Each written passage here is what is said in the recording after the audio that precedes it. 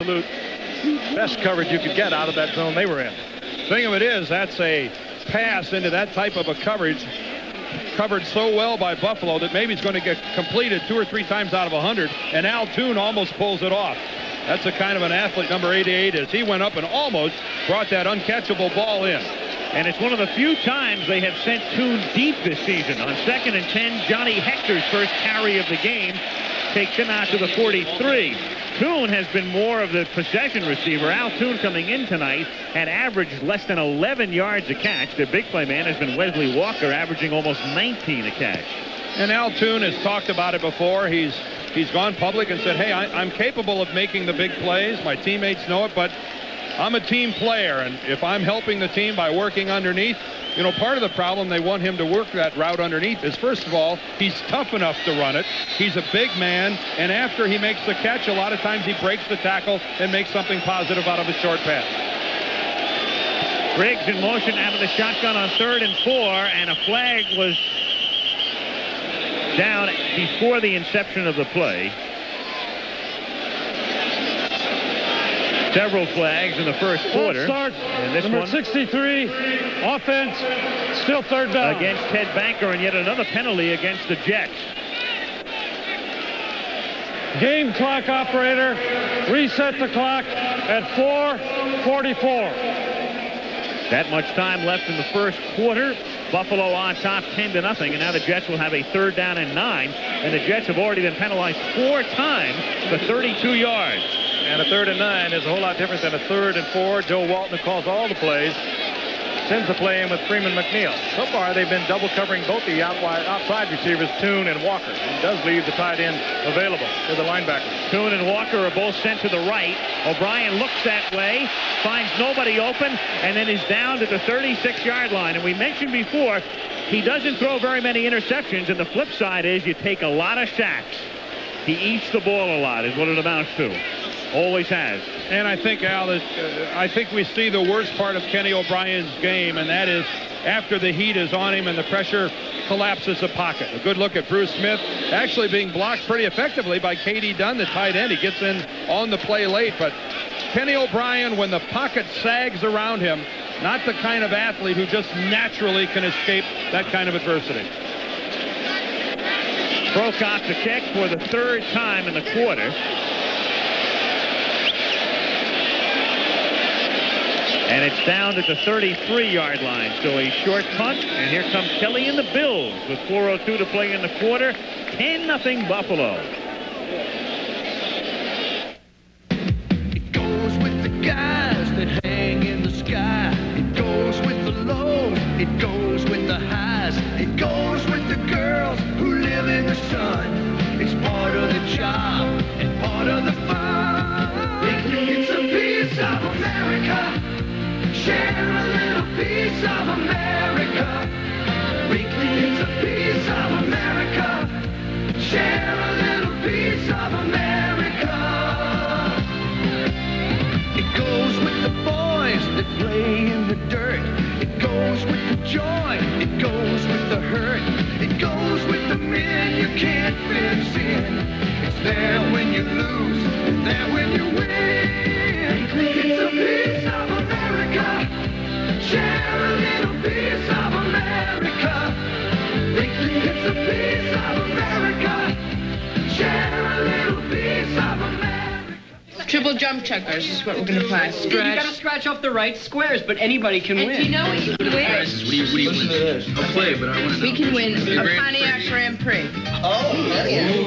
That's Motor Trend's Car of the Year, 1988. The hot car won a Grand Prix. To win $1 million. On the Carnival Cruise. But nobody ever wins these. James won $100 last week. Look, I'll show you can win, all right? You got it. All right. Play triple jump checkers at Burger King. Last year, the 49ers handed Chicago one of their worst defeats ever. Now the Bears want revenge on ABC's Monday Night Football next week.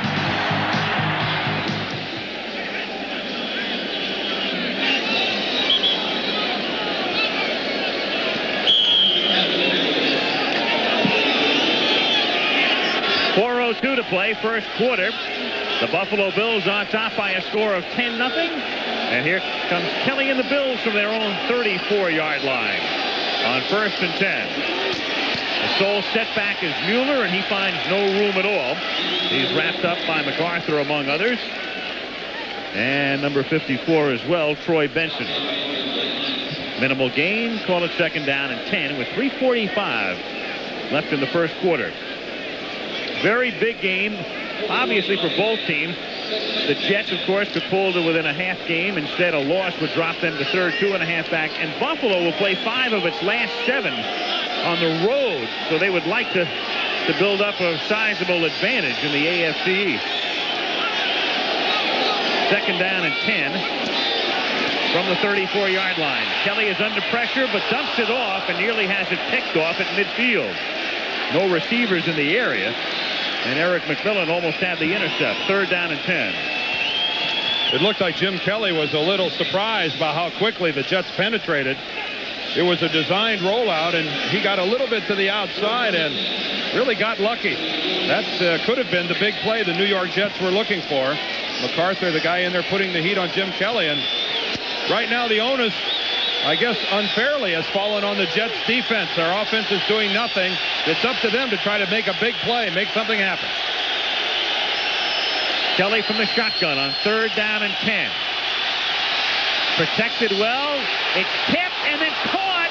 And the Bills get a tremendous break as Flip Johnson pulls in the deflection and goes in for the touchdown. So after the near intercept, Carl Howard with the tip, and Flip Johnson scores the touchdown. Flip Johnson in the game tonight because of the injury to Chris Burkett. Just happened to be there. Carl Howard went for the ball into the air, went right into the arms, and the big break that we were talking about for the Jets has gone to the Bills. Well, Johnson is not even the intended receiver. The intended receiver is about 5 yards towards the middle of the field. Johnson's just running a pattern against James Hasty and really handcuffed pretty good, but there's Howard's bat. They were trying to go to Rob Riddick. And Flip Johnson just standing there, a spectator on this play, if you will, right there, and that's just about as bad as it can go for the New York Jets.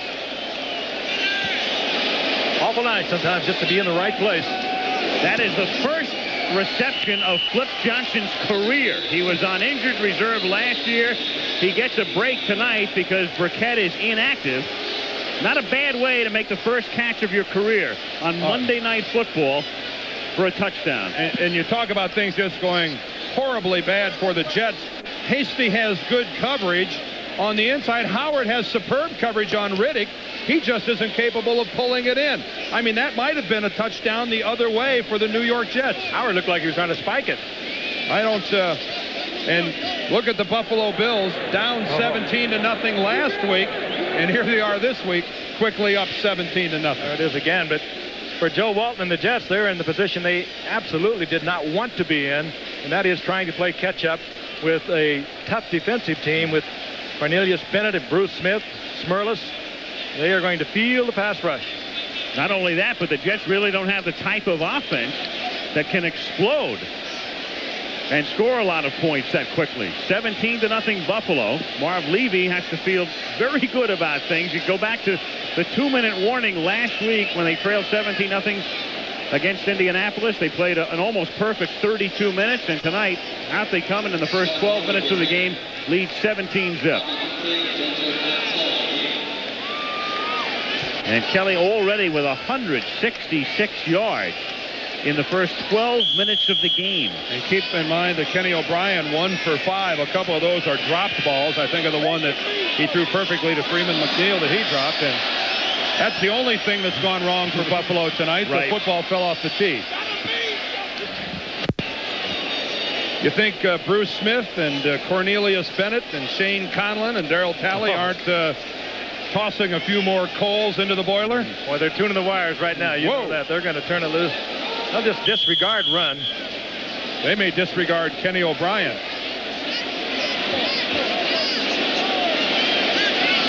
Norwood, and again, as Dan said, the only thing that's gone wrong tonight, and if that's the only thing that goes wrong, you're in great shape. Look how he has it cocked. It's all the way back, and it just barely is staying on that tee. He's setting it much further back than most kickers. It's crooked as well. Got it off center. Oh, they're resorting to the dreaded hold. Oh, look at this. Now he can really cock. Here's an instant replay, folks. This is our super slow-mo reverse angle from the end zone. So with Tucker holding, this time the kick is away, taken at the 7-yard line by JoJo Townsell. And he brings it back out to the 28-yard line. He's tackled there by Don Graham. So O'Brien trailing by 17. Next week, great matchup. 49ers coming off their win over the Rams yesterday. Tremendous day for Roger Craig against the Chicago Bears. 6-1. And on top of the NFC Central at 9 Eastern time from Soldier Field. Bears, again, yesterday contributing to the depletion of quarterbacks in the NFL. We had that same game on Monday night a year ago, only it was out in San Francisco. And the 49ers rocked 41-0 from the 28-yard line. McNeil gets dragged down by Bruce Smith for a 2-yard loss. And again, it was Smith, only recently activated. He missed the first 4 games because of the drug suspension. And he just simply crashes to the inside. Criswell, I think, even sensed that he was going to the inside, but Bruce Smith, physically no match for Jeff Criswell. And all I can think about is last week's game with Reggie White. This is the other dominating defensive lineman in the game today in that same class with a Reggie White, Bruce Smith. And a lot of people like Reggie White because of the team's record. They have not seen a lot of Bruce Smith on national television. He's pretty special. 2nd and 12 from the 26-yard line. Flag is thrown, and O'Brien throws it away. And we're liable to get a holding call again against the Jets, and it's going from bad to worse for the guys in the green and white. Quickly.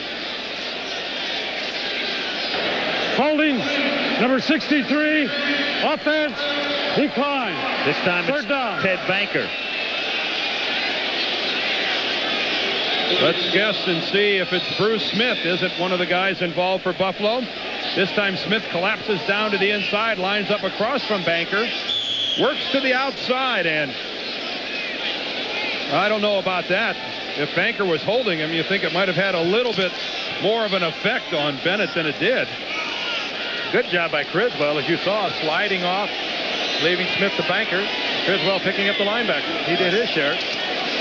3rd and 12 from the 26. O'Brien under pressure again and sacked at the 14-yard line. A tremendous move by Bruce Smith. Well, going to the Pro Bowl right here and now. Well, it's the same move that got him the sack the last time the Jets had the ball. That reverse spin back to the inside. Working against Criswell. He thinks Criswell believes he's going upfield. The minute he senses that, Smith does that spin back to the inside. And what's special about this spin is how quick it is and how he never loses his forward momentum. He's always going upfield, even during the course of that spin. I mean, there just aren't but 2 or 3 guys in the game capable of making a move like that. Prokop, it's his 4th punt, and when you have to punt 4 times in a quarter, you know you're in trouble. Your team is. It bounces at the 46 and is down there by Billy Griggs.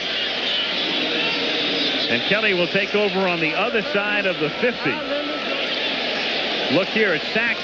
Joe Namath played 140 games in his career. He was sacked 175 times. O'Brien has played less than half, 60, and he's been sacked 21 times more than Namath already. Yeah, but let's keep in mind from what we've seen so far, Joe Namath or Randall Cunningham or Fran Tarkenton is going down against a move like Bruce Smith just made on Criswell. Nobody's going to escape that kind of penetration.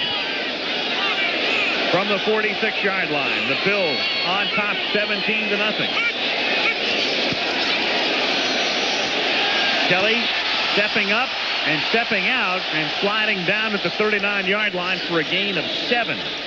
And the way things are going, the rallying cry for Joe Walton at halftime might be remember the Raiders 3 weeks ago when we had a Monday night game in which Denver was out in front 24-0 at the half. And the next thing you know, the Raiders were not only back in the game but had won it in overtime.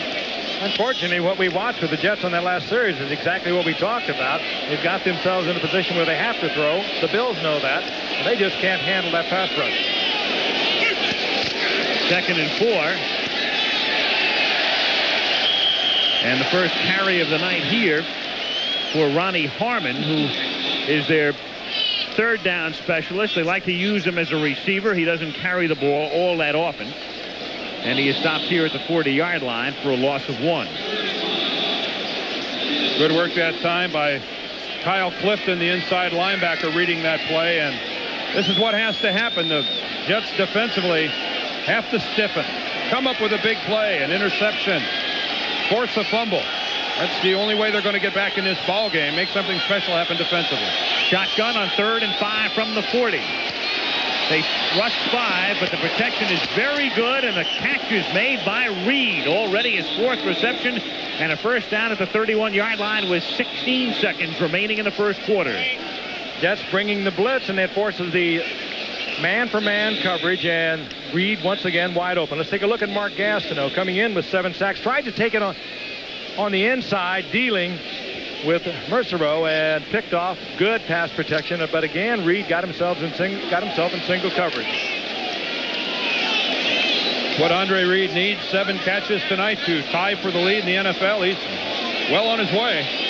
Roger Craig and Keith Jackson have each caught 42. A roll by Kelly. The catch by Metzelar's the tight end, his first catch of the night, and that's another first down at the 13-yard line.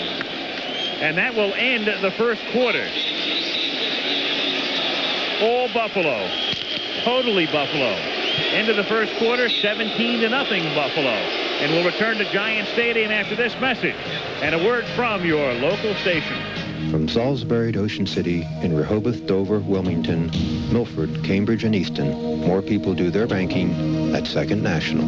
With $1 billion in assets, we're the largest financial institution based on the Eastern Shore, with over 30 offices in Maryland and Delaware to serve you, including Baltimore, Annapolis, and Washington, D.C. Second National, the billion-dollar bank. Savings insured to $100,000 for an agency of the U.S. government.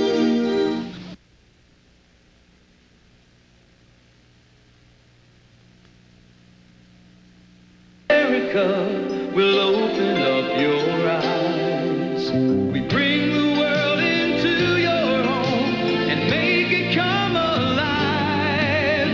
Face to face, heart to heart, just the way that friends should be. Good morning, America, family to family. This is ABC.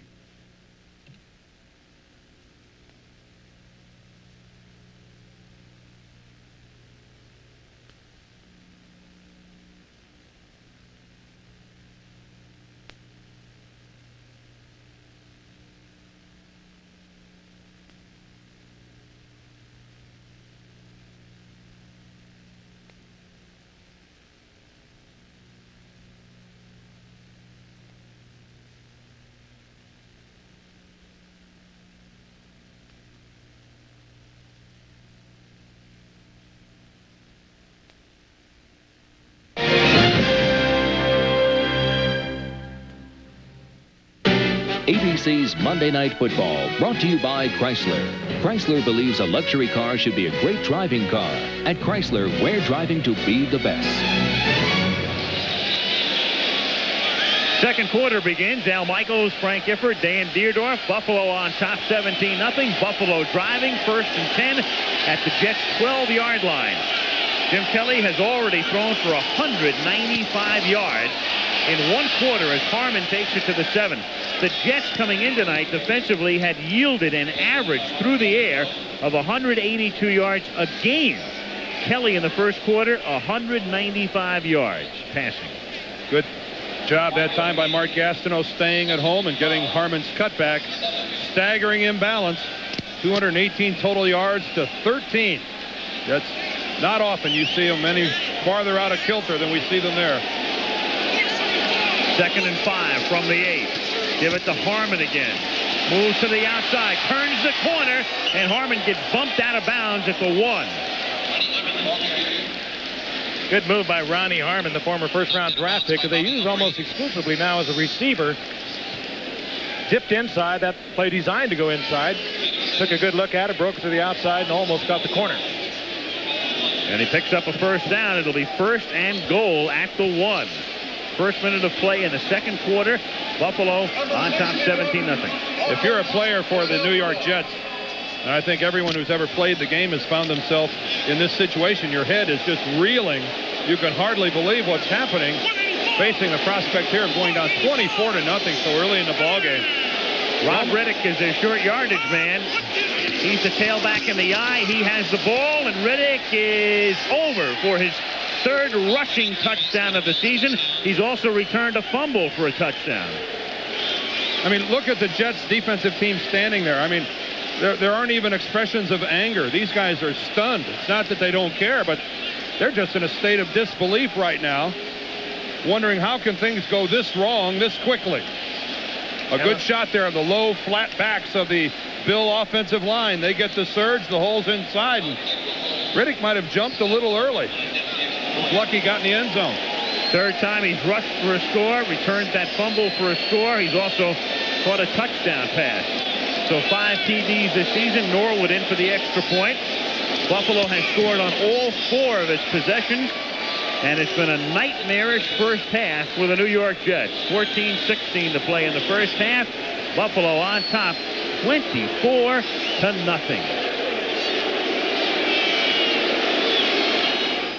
I hear General Motors is not happy. More and more, their owners find only one luxury car gives them everything. Chrysler New Yorker.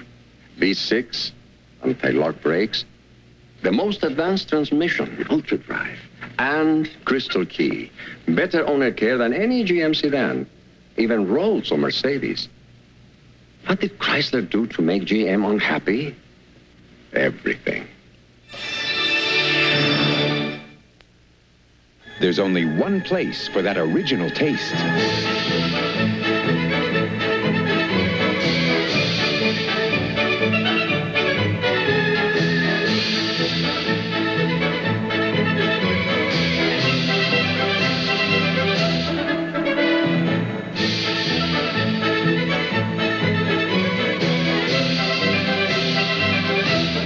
Kentucky Fried Chicken. We do chicken right.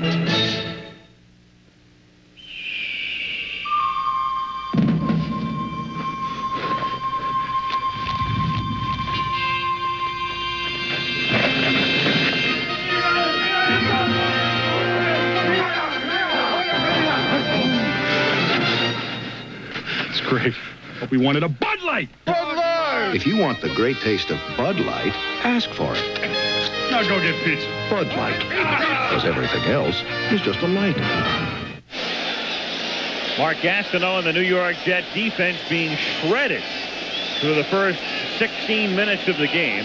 24-0 Buffalo. Jets coming in favored by 2.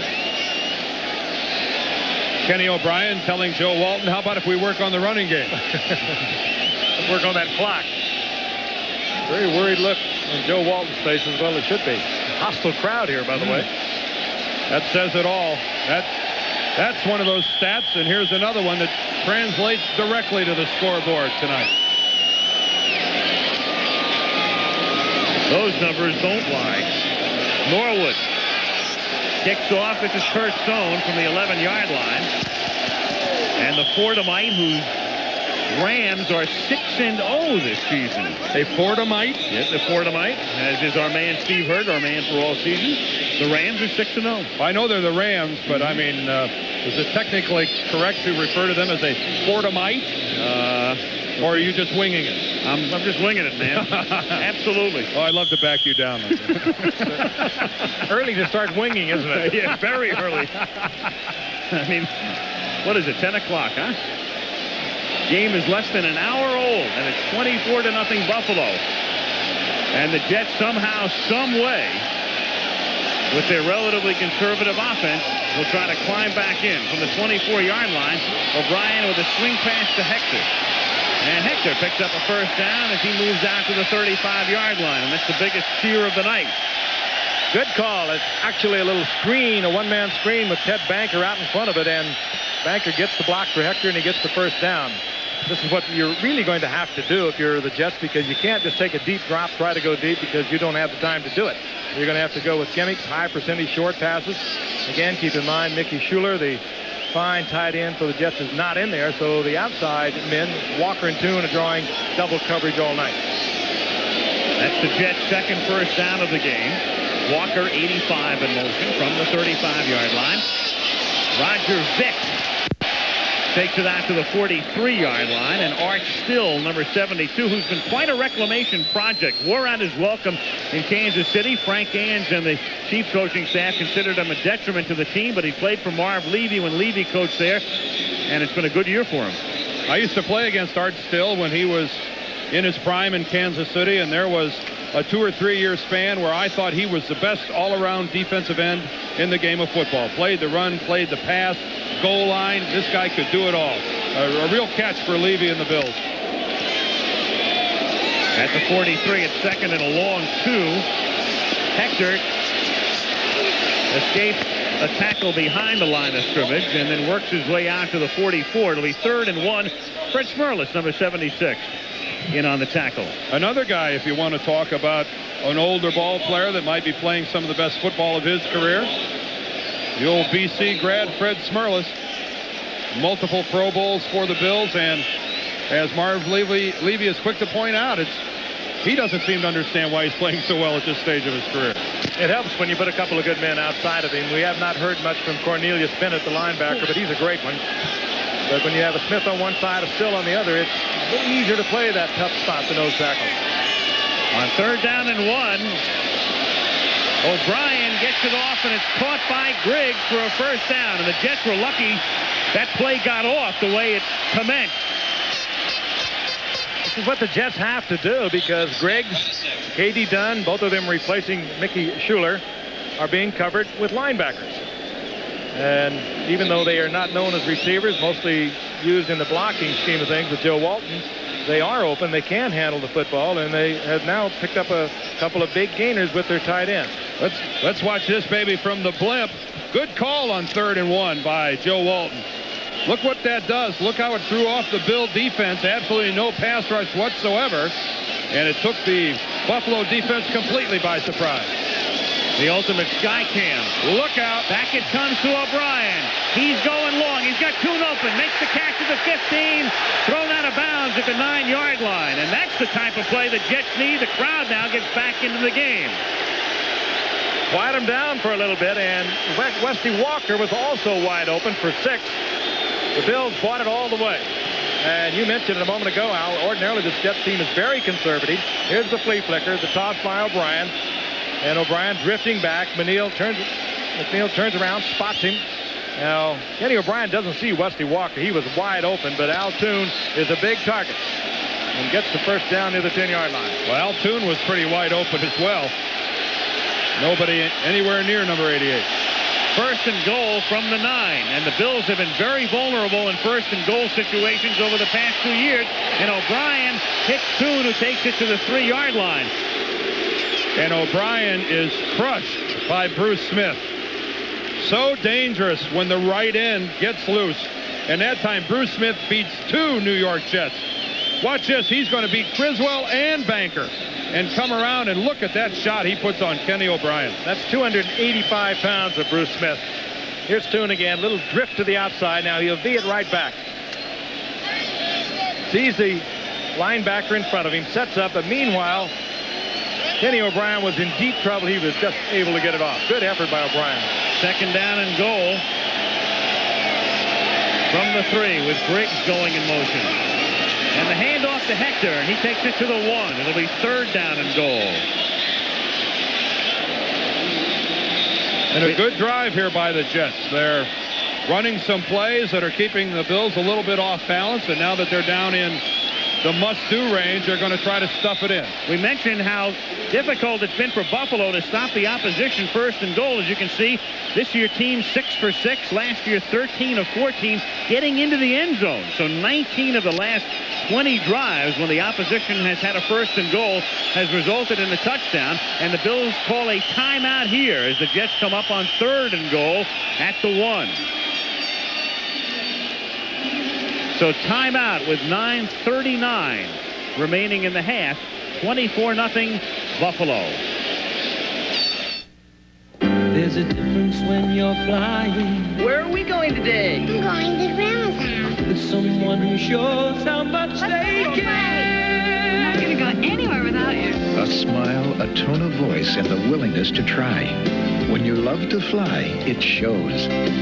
Delta Green, love to fly, and the feeling grows. That's my new friend. Love to fly, and it shows. Beauty has its price. The cars on the left and right cost over $50,000. The car in the middle costs under $15,000. This is Chrysler LeBaron Turbo. And at that price, it may well be the most beautiful car in the world. LeBaron, beauty with a passion for driving. Up here, you catch them with experience.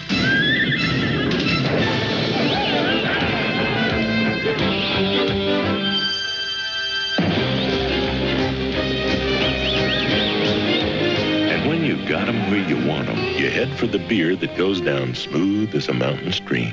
Bush. How are those horses doing? What horses? Head for the mountains of Bush beer. Sunday, join Larry Bird and the Boston Celtics. They take the court against international competition in the McDonald's Basketball Open. Live Sunday on ABC Sports. So after a Buffalo timeout, they regroup. Here come the Jets. 3rd down and goal at the 1. Johnny Hector and Roger Vick are the running backs behind O'Brien. And Hector is the tailback in the eye. Briggs goes in motion. They give it to Hector. Walks in for the touchdown. Johnny Hector, who scored 11 rushing touchdowns last season in similar fashion. They'd love to give it to him deep down in enemy territory. And the Jets mount a very effective drive as they try to climb back into the game. Superb play calling on the part of Joe Walton there also to get down there. Use the flea flicker, the first play on their possession, as we see Hector flying over the top once again. He came with a little screen, high percentage stuff, and it was very effective. I think we saw the ball in Hector's arms for one reason, and it's exactly what he did. He times his leaps and gets up into the air higher and farther than any of the other Jet backs. That's why he's so effective on the goal line. He had 11 touchdowns last year. Pat Ryan holding for Pat Leahy's extra point. Hector gets it into the end zone, and the Jets don't roll over and die, down 24-0. Mount the drive and are now down by 17. Again, the good surge up front, but no one in a blue jersey was in the air. No one was flying across that line of scrimmage to challenge Johnny Hector after he left the ground. And there's no way you can stop a running back once he gets up into the air unless you have someone in the air to counter him. And that time when Hector went up, nobody in a blue jersey anywhere in sight. Look at Kenny Bryan. He is not your fiery, verbal sort of leader, but he is a tough quarterback. And you saw the look in his face after the Jets got into the end zone as he turned around and kind of snarled at them.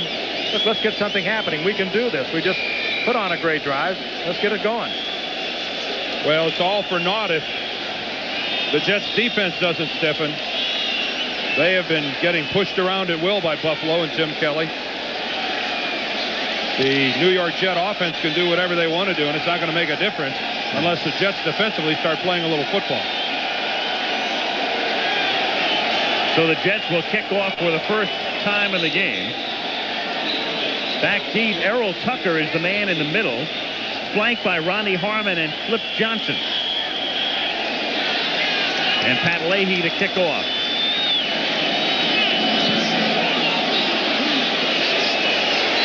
Tucker from the 3. Out past the 20. And returns it to the 30-yard line. And so from there will the Bills begin this next drive. Here's a reminder, coming up Sunday at 2:30 Eastern, 1:30 Central and Pacific, from the Laurel Racecourse in Maryland. Top horses from all over the world competing in the Budweiser International Horse Race. And then following that, the Boston Celtics go against European competition in the McDonald's Basketball Open, coming to you from Madrid, Spain. All coming your way Sunday on ABC Sports. 9:25 to play in the half. Bills 1st and 10 from the 30. Thurman Thomas and Carl Byram are the running backs. Byram in motion. Thomas with the ball. And Thomas fights his way out past the 30 to the 33. Tripped up by Troy Benson. Benson, the 30-year inside linebacker out of Pittsburgh. The Jets, of course, not only minus Alex Gordon, we've talked about that, but Bob Preble on injured reserve. So they're minus 2 guys who would otherwise normally be starting tonight.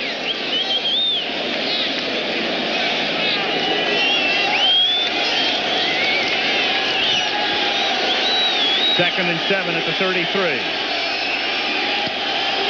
Kelly protected well. Over the middle, Reed has another catch and another first down as he takes it out to the 47. And Dan mentioned how important it was for the Jets defensively to stop the Bills on this drive. But here they are out near midfield now, 1st and 10 again.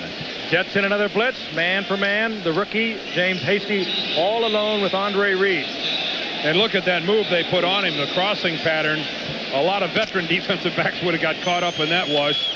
James Hasty learned a little something, but an effective pattern by Andre Reed, who, if he keeps this up, is going to come out of the game tonight as the NFL's leading receiver. He's now caught 5 tonight, 40 for the season. On first down, Kelly again protected very well. The catch is made by Trumaine Johnson, and another first down at the 41. Hasty making the tackle. Trumaine Johnson out of the USFL, and he came over in a deal with San Diego and getting his moment in the sun, or the moon, if you will, tonight because of the injury to Burkett. At one point in his USFL career, he was the leading receiver with 81 receptions, so he's got the moves. He just needed a little bit more confidence, and what better place to find it than against the Jets the way things are going here tonight.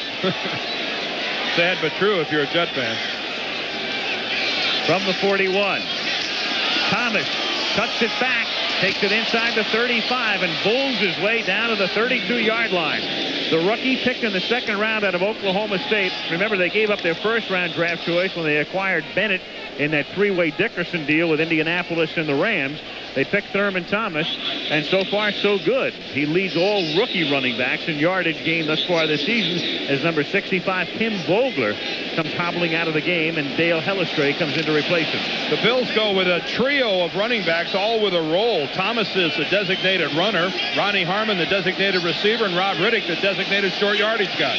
2nd and 1, and here's Carl Byram, another short yardage guy, and he turns short yardage into big yardage, pulling his way to the 20-yard line. McMillan takes it away, but well after the play, first down. And Mark Gastineau acting like he's the guy that drew the foul. He takes an inside, I believe, on Joe Devlin. Let's see if that's where the flag comes in.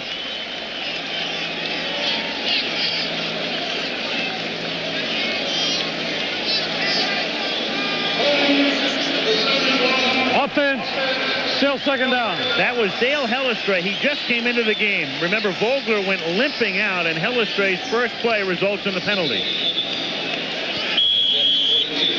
That's Robin Cole, number 90, filling in for the injured Alex Gordon. Cole, of course, was with defensive coordinator Bud Carson when Carson was with the Pittsburgh Steelers for 3 of their Super Bowl years. He was waived, a 12-year veteran. The Jets picked him up when they got in trouble early with linebackers. 2nd and 11 after the Bills' first penalty of the game.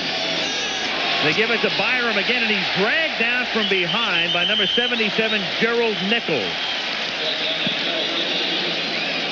And it'll be 3rd down and about 10 with 6:05 to play in the half. 24-7 Bills. Kelly, tremendous night, and remember, he's coming off a sensational 2nd half last week. Tonight averaging 20.1 yards a pass.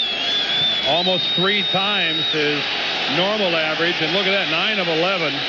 This is the kind of a half that even big league quarterbacks like Kelly only think happens to somebody else. 3rd and 11. Kelly, and the line does its job again, and he hits Reed, but he's short of the first down. Reed had to come back to make the catch at the 33, but they still come up 2 yards shy of the first down. It'll be 4th and 2, or maybe 1 now. They spotted at the 32-yard line. And just good coverage, because the Bills gave Kelly enough time to move around, finally stepping back into the pocket, and it's going to be very close. Well, it's at that point in the field where the Bills have to consider, do we go for the field goal or go for the first down? It's really in that iffy area, but they've got the lead, and that's enjoyable if you're a Bills fan. IBM presents You Make the Call. Ken O'Brien of the Jets scrambles to his right until he is in the grasp of Buffalo defensive end Bruce Smith. The whistle blows, and O'Brien then intentionally grounds the ball. Now you make the call. Where do you spot the ball?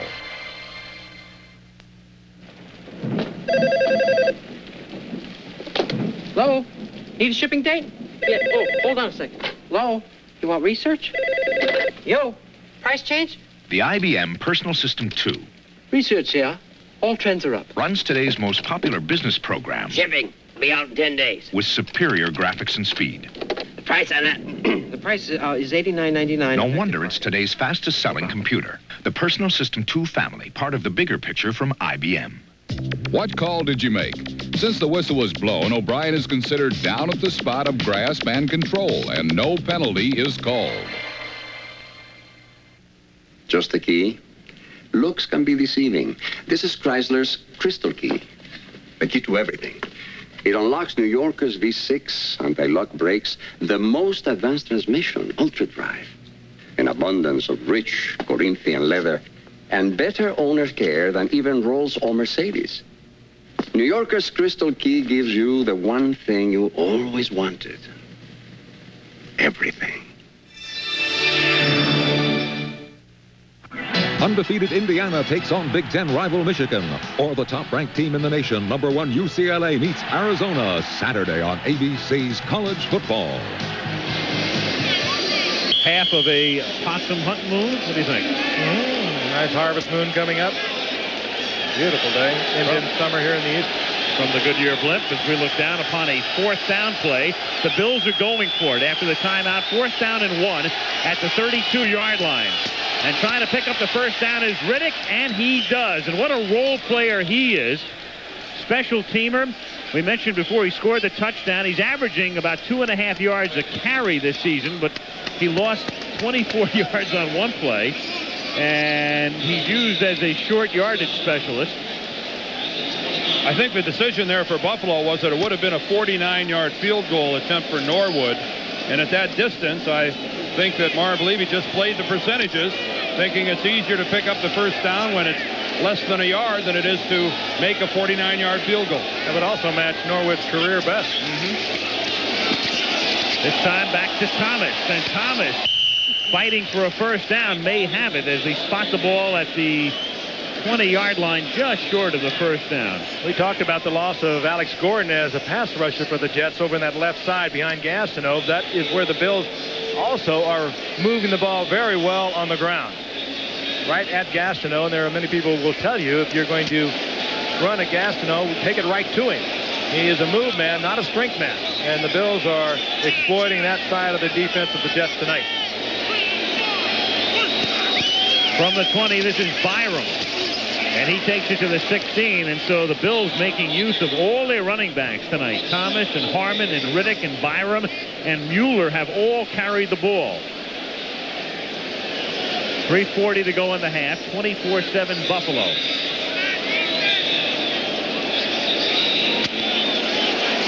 The Meadowlands, no racing tonight. No, Andre Reed is doing it all over here. Yeah, right. They close the racetrack when either the Giants or Jets are home on a Monday. First down at the 16-yard line. Kelly going for it all and open in the end zone. Touchdown. I don't have to tell you whom. Andre Reed once again. 16 yards. And so after the Jets mount an impressive drive, and Dan talked about the importance of the Jets being able to stop Buffalo defensively, here come the Bills again going all the way down the field. How about double coverage, Clifton underneath and Bobby Humphrey back in the secondary, and Humphrey just looked mesmerized. I don't know what he's looking at. Andre Reed, he's got eye contact with him all the way, and when Reed makes his break to the corner of the end zone, Bobby Humphrey stands there like he's got his feet in cement. Wow, what a surgical drive that was, if you think back on it. On the ground, in the air. No pressure against Kelly. 7 catches for Reed tonight, so he's tied for the league lead with Keith Jackson of Philadelphia and Roger Craig of San Francisco. Extra point by Norwood is good. The Bills have been unstoppable, 31-7. Reed had 7 catches a week ago, 124 yards and a couple of touchdowns. Andre Reed lines up in the slot position right here. Here underneath is Clifton, right back and behind is Humphrey. But watch how nobody makes a play on Reed when he makes his break for the corner. He makes his out move, and Bobby Humphrey, for some reason, doesn't honor that outside break by Andre Reed and just leaves him all that territory. Credit Kelly with a soft touch on the ball to drop it in, and Andre Reed having a prime time night. And he just did get both feet down before he went out of bounds in the end zone. Well, it's got to be driving up defensive coordinator Bud Carson bonkers. They are getting beat physically, but they are also making major mistakes. The big one, of course, to Reed in the first quarter, splitting his zone, and again you see Reed's coming down, sliding the right foot to make the contact. There's Bud Carson, one of the best around, but he has watched some major mistakes tonight, some errors of commission. He has watched his team yield a score on each of Buffalo's 5 possessions, 4 touchdowns and a field goal. Well, you go back to the second half of last week's game. In fact, just prior to the end of the first half, when the Bills mounted a drive to get back in the game against Indianapolis, and combine that with this first half, and the Bills have been spectacular over the last 4 quarters. Michael Harper, who was just activated before the game, returns the kick back to the 26-yard line. He is stopped there by number 99, Hal Garner. First and 10 at the 26 with 3:09 to go in the half. And we can tell you that college football comes your way this Saturday, 3:30 Eastern time. You'll see either Indiana taking on Michigan or UCLA, now number 1 in the country after the Miami loss to Notre Dame against the Arizona Wildcats. What a great week for college football. USC squeaking by Washington. They're number 3 now. O'Brien on first down, lofting it out of bounds. The intended receiver was Freeman McNeil. Leonard Smith with the blitz that time, and he decks O'Brien. And Leonard Smith loves to hit. Will he hit you, Dan? You know him well. And, of course, he came over here from Phoenix. We saw him against the Dallas Cowboys early in the season. And Phoenix desperately needed a cornerback. So they traded and gave up Leonard Smith. But one thing he will do, he'll put a load on you. He will. A lot of people think he's the hardest hitting strong safety in the league. And he comes right up the middle, and the Jets make absolutely no provisions to block him. And you give a player like that a free shot at the quarterback, and the guy who regrets it most is the quarterback. That time, Kenny O'Brien. Second and 10 from the 26-yard line. O'Brien hits Griggs, but for little or no gain. He's pushed back by Cornelius Bennett. And Bennett's been pretty quiet tonight. Well, he wasn't quiet during the week. No, he wasn't. I interviewed him and asked him how he compared to the likes of Lawrence Taylor, and he's very quiet, very subdued, but he said, to paraphrase what he said, I think I'm just as good because I'm Cornelius Bennett. I liked what Marv Levy said. He said, Coach, tell us something we can say about Cornelius Bennett. He said, say whatever you want and attribute it to me. He's that good. Say whatever positive you want to say. I'll say I said it. There's nothing he can't do. 3rd and 6. He comes in on a blitz, and down goes O'Brien again. But from the other side, as Leonard Smith on a safety blitz sacks him. You know, Bennett might have got the blitz, but Leonard Smith got there first. And this is what the Jets are going to see all night long, trailing as they are 31-7. It's what Joe Walton feared the most, to get behind and try to pass protect, and particularly over on the left side against Bruce Smith. Watch how they Cadigan hurt. Watch how they do that. Here's Leonard Smith up here standing up, but down at the bottom is Bennett, and look how he's gotten down into a three-point stance, but the end result is the same. They just head straight for the quarterback, and it's going to be Leonard Smith. Look at that jump off of the football. That time it looked like Leonard Smith anticipated the snap count, got off directly on the snap, and I'm afraid Kenny O'Brien is really going to have to worry about protecting himself. I believe that's Ted Banker, the left guard, who was slow to get up and now is having trouble even making it over to the Jet bench. So on the left side, they're already minus Cadigan, who went on injured reserve today with a foot injury. Now Banker comes out.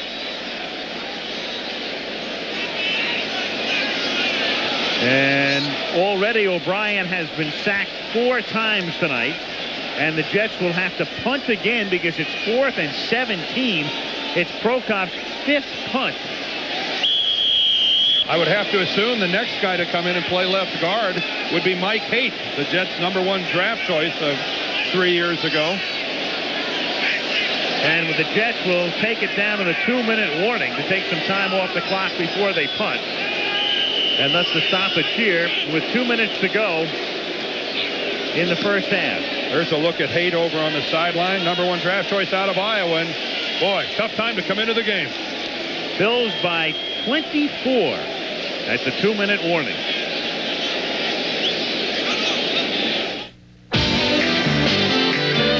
Attention, all men with noses.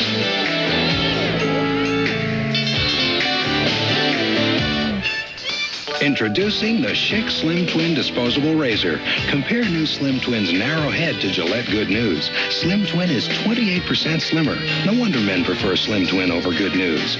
So for a close, comfortable shave, even in hard-to-reach places, get new Schick Slim Twin. Already preferred by men who have noses. As long as I've known Tom, I need help, he's there. Sure, I'm glad to see you. Stay with you? Figured you wouldn't mind.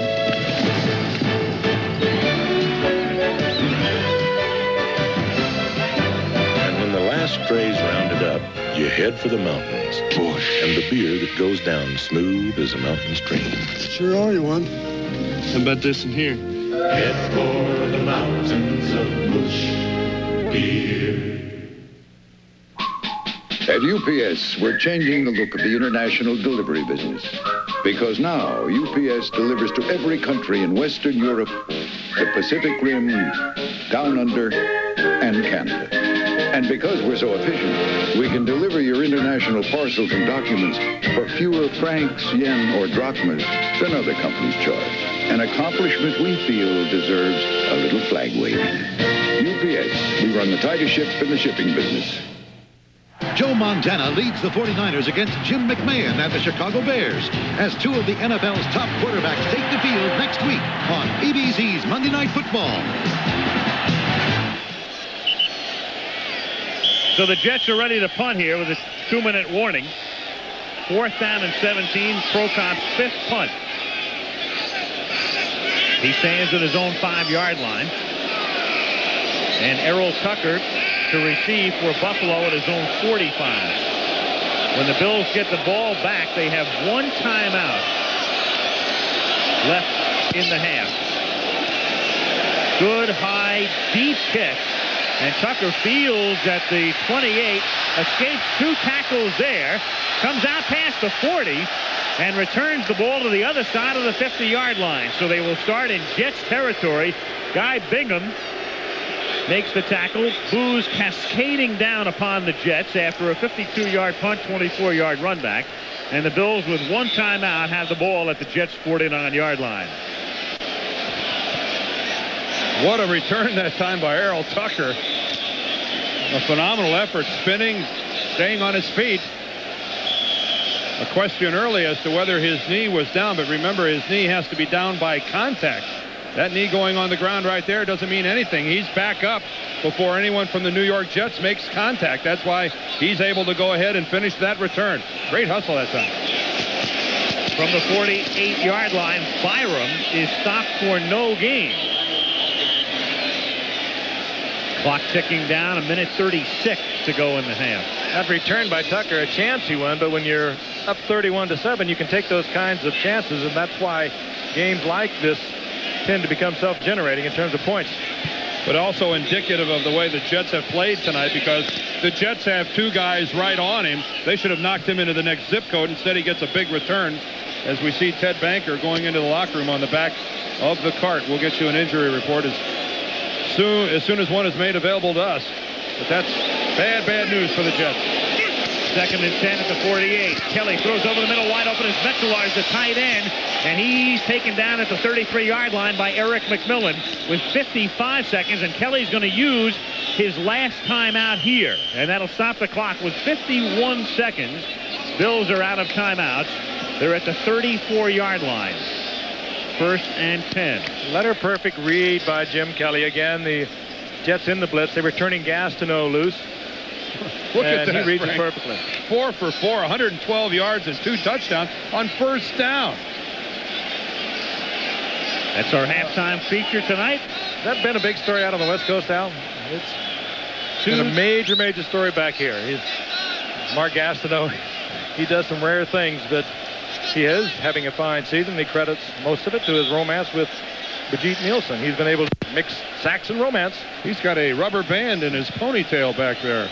Well, Brigitte used to be a bigger story on the West Coast, but now she's taking her act back here to the east, and we will detail that love affair at the half. I talked to him before the game tonight, and he was just ecstatic over his newfound romance. Talked about raking leaves yesterday, the two of them cooking in the kitchen. He said, "That's touching. We don't fit in our kitchen too well." That's really heartwarming. Kelly could be moved. Try to get it to Harmon under a heavy rush that time from Lyons. 2nd and 10. You know, you chuckle and you laugh about it. You look him right in the eye, and he is deadly serious about it. Let's face it, he has turned around remarkably. 2 years ago, he had a couple of sacks and that bad knee injury. Had the surgery last year, 4.5 sacks, and of course did not even go out when the players went out on strike. Did not make a whole lot of friends. Battled his way back, and he credits most of it to Brigitte Nielsen.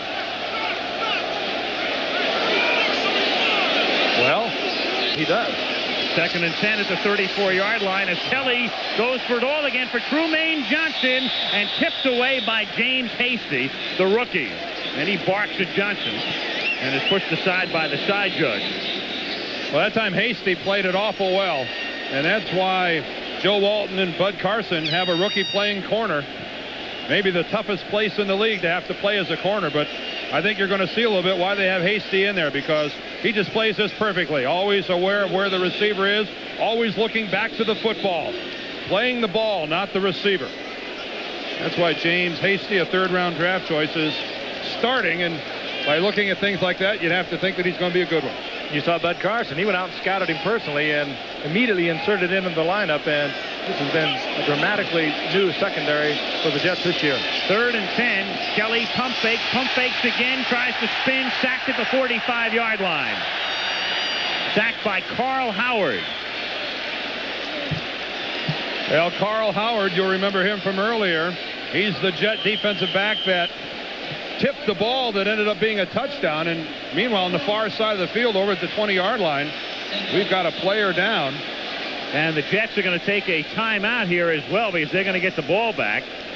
And that is number 33 for the New York Jets. It's Terry Williams, another rookie defensive back. And not only did they start 2 rookies tonight, of their 8 defensive backs, 4 are rookies. And Walton takes the timeout with 34 seconds, knowing he's going to get the ball back after the punt. 31-7 Buffalo. I think the highlight of Joe's weekend was his son Tiger's performance for East Islip High School. The quarterback out there threw a touchdown pass. Threw a couple of them. Had one call back. Joe Jr. I think after the game, they all went home and raked leaves. He ought to be proud of his son. That's one of life's treats, isn't it? Watching one of your kids do something. Puts it all in perspective. It really does. And he's not only proud of Tiger, or what they call him, also his 2 daughters. I played with Joe, as I mentioned earlier, and very devout family man, very intense, overachiever in every way, and that's the kind of football players that Joe has looked for and accumulated. Players that will go out maybe lacking the physical ability of other players, but they'll go out and give it 100%. He's changed his team around, not only the secondary, as I mentioned a moment ago, he's changed his entire team around rather dramatically. Meanwhile, we look at Terry Williams down on the field, and as they examine the right knee to see how much movement is in there, the doctor trying to make a determination how much movement is in there now in comparison to what was there before. And Terry Williams doesn't look good right now.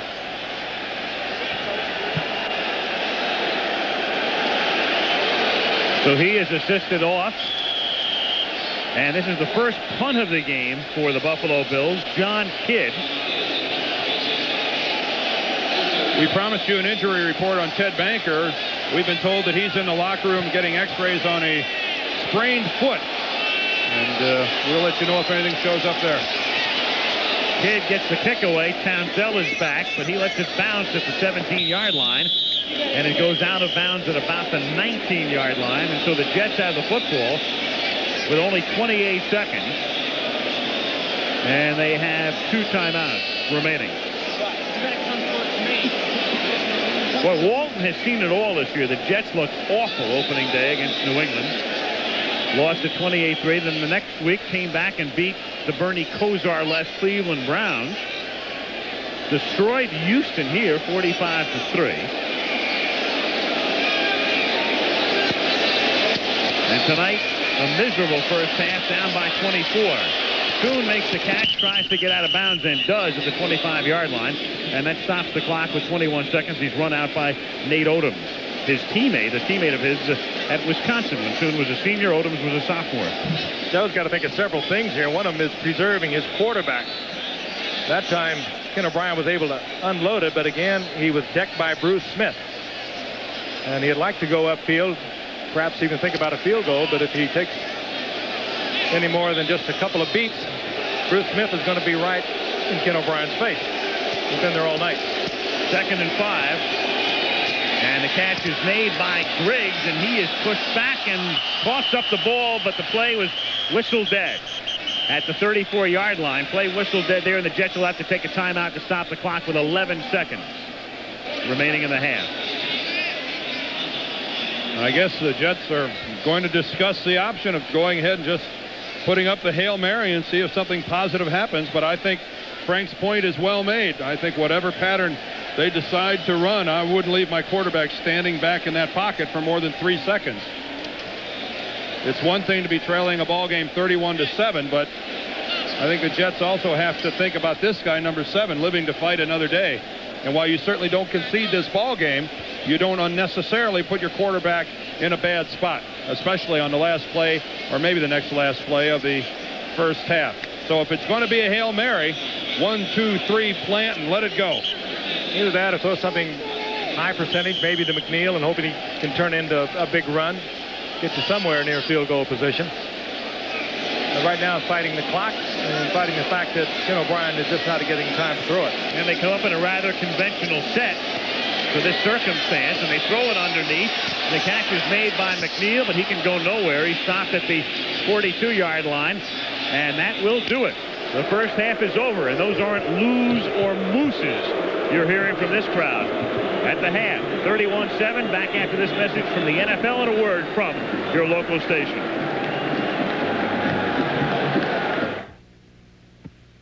O'Brien being rushed. O'Brien throwing over the middle. Wesley Wilson, touchdown! I've been in the pocket when the pressure is on. I've learned to keep open my options. I'm Kenny O'Brien of the New York Jets. And learning the importance of the option play on the field and in life is what my teammates and our Jet coaching staff are teaching these young people. We're part of the United Way's Apple Drug Prevention Program, a program planned for life enrichment. These kids are growing up in a society where peer pressure, substance abuse, and violence are all around them. We try to let them know how to make the option play work for them in life, how to make the right choices when you're under pressure. There's one more reason reason why this United Way program is so important to me. This is my wife, Stacy, and our daughter, Taylor. We want Taylor to grow up in a community and a society where drugs and the violence they breed are not tolerated. I believe Americans have gotten the message, and the NFL, the United Way, and all of its agencies are making a difference. Because the United Way, it brings out the best in all of us. This message furnished by the National Football League. Good morning, America. We'll open up your eyes. We bring the world into your home and make it come alive. Face to face, heart to heart, just the way that friends should be. Good morning, America. Family to family. Now get that picture-perfect look with Benjamin Moore Regal paints. Regal Wall Satin for a beautiful flat finish. Regal Aqua Velvet for a slightly higher sheen. And Regal Aqua Glow, a glossier paint. All three are washable, durable, and spatter-resistant. Benjamin Moore Regal paints for that picture-perfect look. And win a trip for two to the Eagles-Cardinals game in sunny Arizona on December 10th. Enter at participating Benjamin Moore dealers. It's a local drawing, so chances of winning are good. No purchase necessary. Hi, I'm Gary Hines, Democrat for Lieutenant Governor. My concern for the environment goes back to my days with the Newcastle Conservation District. And now, with all the growth and development going on, protecting our natural resources is more important than ever before. As your Lieutenant Governor, I will provide leadership to protect our environment before it's too late, so that when our children grow up, this small wonder will still be wonderful. Gary Hines, Delaware Democrat for Lieutenant Governor. WMDT Salisbury, W27AJ Dover.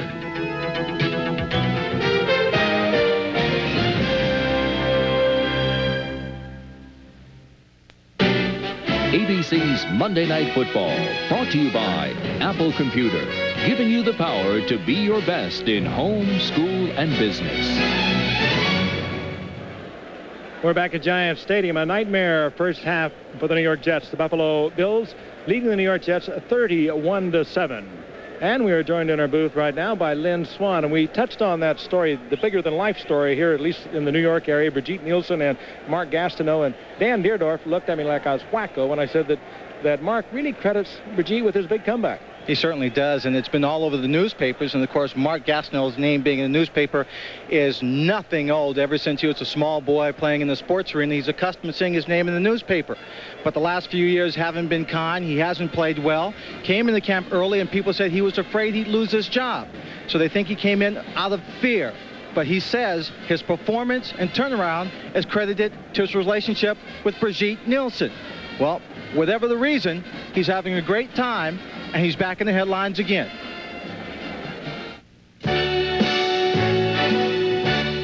The headlines started when Mark Gastineau came to the Jets in 1978, a small-town boy in the big city. He had come from Springerville, Arizona, where he grew up. It is a tiny town, and he was a standout in 3 sports. Mark was named All-State in track and basketball.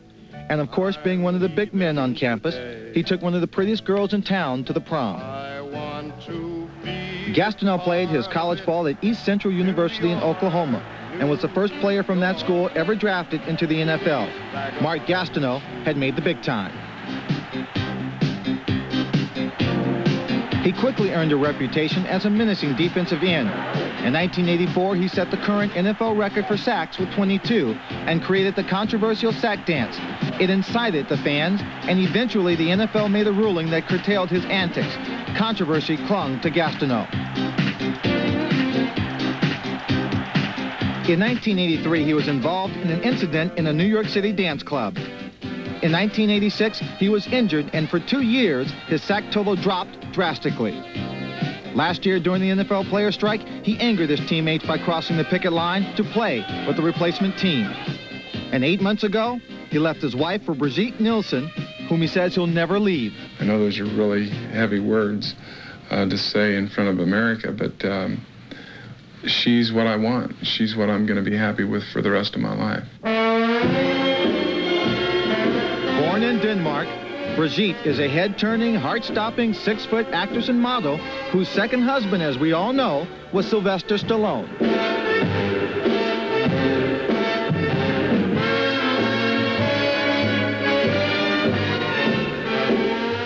This season, instead of making movies, she's become an ardent, if not a knowledgeable, football fan. I know that 2 + 2 is 4. And that's all I need to know in this game because my focus is Mark. And that's terrific. Gastineau is back. He's among the leaders in sacks, and he's putting an end to the rumors that his career is over. He gives complete credit to Brigitte. The truth was known. I probably wouldn't even be playing this year if it wasn't for her. Thank you. When we come back, more with Mark Gastineau and Brigitte Nielsen. So they sent you down to check up on me. Who am I to check up on you? So how's it coming? I don't know. You tell me. Where'd you get all this? I keep telling you guys, the worst place to get any work done is at work. But you're all alone here. I mean, no secretary, no production department, no nothing. Oh, I wouldn't exactly say nothing. Recently, Mark Gastineau and Brigitte Nielsen bought a cottage on Long Island, New York. It is tucked away from the prying public, and it is here they hope to find solitude and some time for just the two of them. What is it about Mark that draws you to him that we don't know? Well, he has a heart that's larger than life. He's got really a lot of good stuff inside of him. He's extremely street smart, and he's been through tremendous ups and downs. It's given him a quality for extremely positive outlook in life that I like. Physically, he's beautiful, and he's sexy. He's very handsome, which is important if the other things are okay. And just the whole combination of Mark is just what I want and what I fell in love with, and I love it.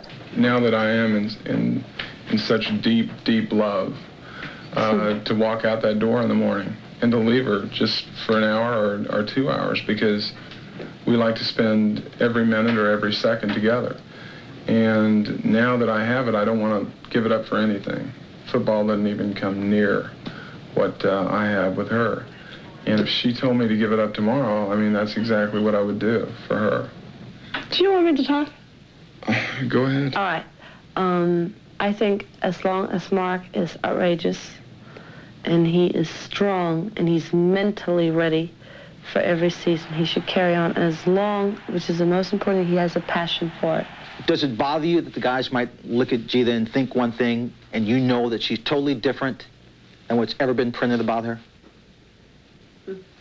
They don't really talk about her that much. In fact, the things that they do say are mostly, you know, the positive things. That's one of the things that I enjoy about being on that team. Sure, she's in the limelight. She's got her career and everything, and she's talked about and written about in all the tabloids and things, but people really are positive with her.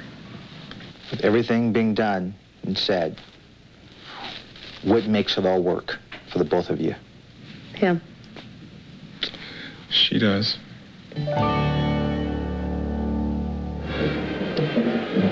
Well, whatever makes it work, makes it work. Breaking leaves, I guess, a big part of it.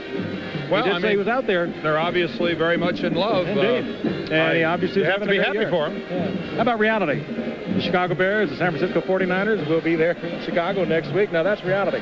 Next week, it's an interesting game. Remember, last year we had the same matchup, but at Candlestick Park. It's figured to be the game of the year. It turned out to be one of the great routs of all time, with the 49ers winning at 41-0. This is going to be a big game for the 49ers because they're in the very tough NFC West.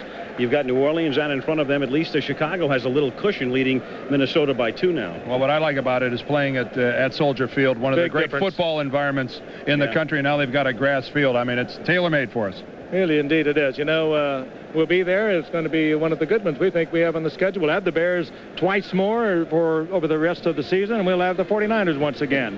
And we'll be back with the Jets and the Bills in a moment. We're not a company. But we'll give you a chance to work where there's always a challenge. We'll give you opportunities to learn, to develop. To perfect skills that you thought were beyond your reach. We'll help you build a career that can reward you for the rest of your life. We're not a company. We're your country.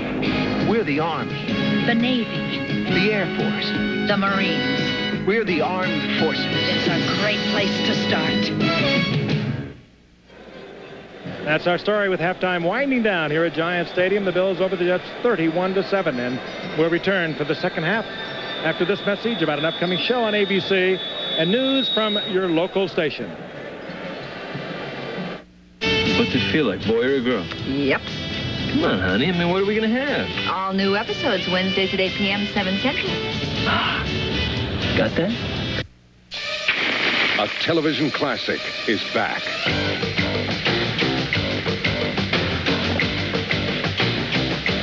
Sunday, Peter Graves returns to lead the top-secret Impossible Missions Force.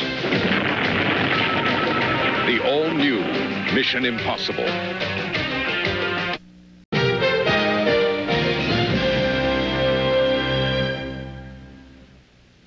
Sunday, America's Sunshine Forever mounts a challenge to become North America's Grass Champion of the Year. He's tested against a world-class field in the Budweiser International.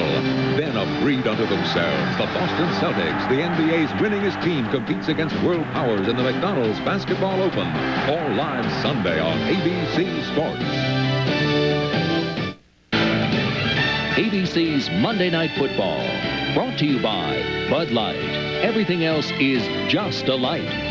By Nissan, inviting you to test drive the new 240 SX. And by The Travelers, one of America's most experienced financial experts. You're better off under the umbrella. Giant Stadium, East Rutherford, New Jersey. Al Michaels, Frank Gifford, Dan Dierdorf. As promised, we are back for the second half. Buffalo, 31-7 at halftime. Quick look at Gastineau. That's Wally Chambers, who was brought in to work with the Jets defensive line. He spoke with a moment ago, the former Bear All-Pro, Pro Bowl defensive end. Jets to kick off. Leahy puts it in the air, angles the kick down to the 12-yard line. Flip Johnson, who scored a touchdown on a deflected pass reception in the first half, is tackled by Marion Barber. And so the Buffalo Bills will take over as we start the second half at their own 30-yard line. Flip Johnson, one catch in his career in this game, the 65-yard deflected reception, and there are the numbers through the first 30 minutes. And really, it took a surge by the Jets late in the second quarter even to get over 100 yards offense. A total mismatch so far, all in favor of Buffalo. Kelly and the Bills at the 30. Thurman Thomas through the middle, gets dragged down after a gain of 4. Marty Lyons reaching around to make the tackle, number 93. So they've got a 10-year man at one end, a 10-year man at the other, and Scott Mercero, the second-year man, and the fellow they picked up during the strike last year in the middle. And if you're going to talk about older players that have rejuvenated themselves, you got to talk about Marty Lyons. Already 4.5 sacks on the year, and some week he had in their game last week. A safety on the first play of the game, then recovering a fumble, a couple sacks. He did everything. This is Byram out to the 38-yard line, and he's in on that tackle again. And last week they squandered that 9-0 lead, which Lions mainly gave them, and wound up losing to Cincinnati. Here's Lions again closing down to make the stop. He tried to play last year after having both shoulders operated on during the offseason. He had a tough year, and the fact that Gastineau has come back and is quite a force on the other end has really helped Marty Lyons. 4.5 sacks into tonight, and he's been close tonight. Third down and a very short 3 from the 38-yard line out of the shotgun. And over the middle, it's knocked down. Trumaine Johnson was the intended receiver, and that's James Hasty, who's very hasty and getting in some barking at the intended receiver, breaking up the play. I wonder where this bad blood stems from between Hasty and Trumaine Johnson, but that's his second effort at Johnson, right in his face after the play, and a good shot at Trumaine being very non-committal. He's acting like he doesn't even hear it, and that's a trait that'll serve him well over the years as a wide receiver. Don't pay any attention to those guys that get in your face. They've got their own little game within the game going on. Kid's kick is a beauty. It's fielded at the 13-yard line by JoJo Townsell, and nowhere to go. And down he goes as Garner applies the coup de grace. Hal Garner with the tackle at the 14-yard line. And for Kidd, a 49-yard punt, 3-yard run back, and the Jets take over deep in their own territory. And we talked about Hasty getting it on with Trumaine Johnson. You see that with a lot of good cornerbacks, too, because it's a lonely position out there. You've got to believe in yourself totally. You get stuck on a receiver who can outrun you, who can beat you. You're trying to cover him backwards, and you've got to believe in yourself. And you kind of like this trait about James Hasty, as I mentioned earlier, personally scouted by Bud Carson, the defensive coordinator for the Jets. Jets from the 15-yard line, their first possession of the second half. And going deep and picked off at the 49-yard line by Mark Kelso. And he takes it back to the 46. Leslie Walker, the intended receiver. That's about as bad a pass as you're going to see Ken O'Brien throw. He just hung that up. Illegal motion, 66, offense, and one other offensive man. Decline, first down. Couldn't have been 66. That's Dave Cadigan, who's an injured reserve. That was a full-blown zone defense. Kenny O'Brien just hung it up. It had no chance. And the Bills get it back, Jet territory. So there's Kelso, who had to leave last week's game with a concussion. Bills take over at the Jets 45. Less than 2 minutes into the third quarter. Buffalo on top 31-7. Kelly underneath, and Metzelaars tried to one-hand it and couldn't. Clifton covers on the play. Bills try put in Hershiser. He's been everywhere else. Maybe that's what the Jets need. The year of the Bulldog, eh? Yeah, oh boy. Oral Hershiser. Wow. Is he going to go tomorrow night out? Maybe he could. You never know. What the Jets need is Kirk Gibson. They don't need right. They need some late heroics. How about Kelly going to the air on first down? I think that might have been his first incompletion of the game on first down. We saw that stat earlier where he was 4 for 4 and over 100 yards. You couldn't tell that Buffalo's got the lead. 2nd and 10, and he's going deep here down the far side and a little too deep, intended for Andre Reed, and good coverage provided on the play that time by Bobby Humphrey, the cornerback, the converted wide receiver, and the most experienced of the Jets defensive backs. Oh, now quickly, Kelly read this. You see the coverage. It is man for man, and Humphrey looking right into the receiver, tries to time it out when the ball will be thrown, but Kelly with a fine read. Full blitz, man for man, and it was just good coverage. But I think a good illustration there of the kind of liberties the defensive backs are allowed to take now. Bobby Humphrey had his right arm into the midsection of Reed all the way down the field, at least the final 10 yards, and that would have been a flag last year, but not this year. From the shotgun on 3rd and 10. Blitz is on, but he gets it away, and it's Harmon underneath, and Harmon has a first down, dragging Eric McMillan with him. So the Jets blitz and get burned, and on 3rd and 10, the Bills convert with 12:55 to go in the third period. Oh, that's a tough play by Kelly. Yeah, I talked to Marv Levy yesterday when we met with him, and he said, if I could change one thing in Jim, I wish I could make him a little less tough. I mean, the guy stands in that pocket, waits till the very last moment when he knows he's going to take a shot. And watch Carl Howard come here from the top of the screen and watch Jim Kelly set his receiver, and you just can't hold on to it much longer than that. And look at the price he pays for it. Well, what's he get out of it? A completion. That's guts. This is Harmon carrying from the 31. He slips down as he cuts to the outside.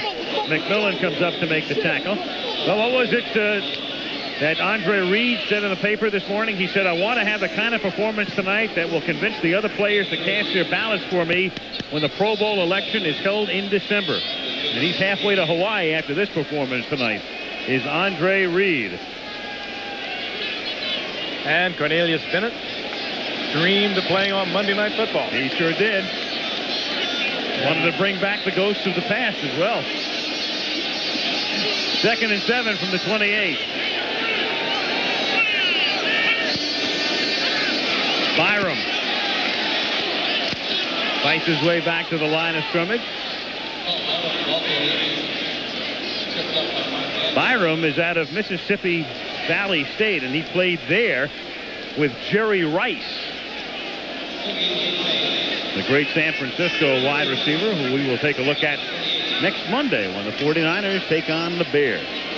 Here's a little trivia for you. Andre Reed played at Kutztown State. Where is that? Pennsylvania, I think. Kutztown University, I guess it is. Yeah, it's Kutztown, Pennsylvania.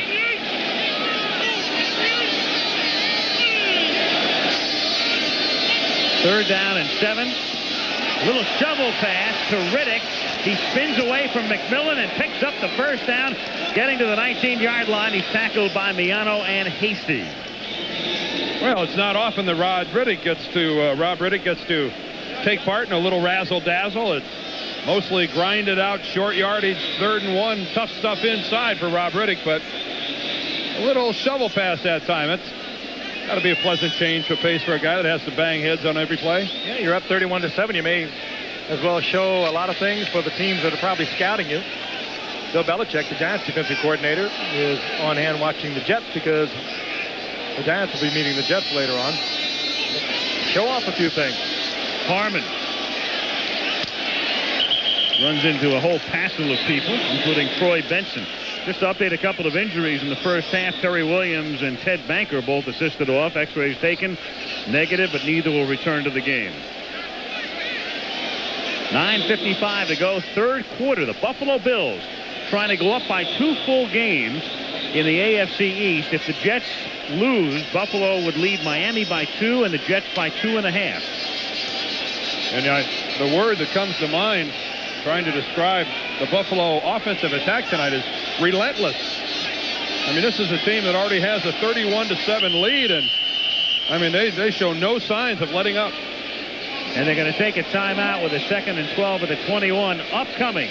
31-7 Buffalo. That looks like Kurt driving the Pathfinder. Yep, I don't use my turn signal in the jungle. We were looking for the lost city of Yaxchitlan. We were lost, so I figured we must be close. Yaxchitlan is this incredible place. And you can't get there by tour bus.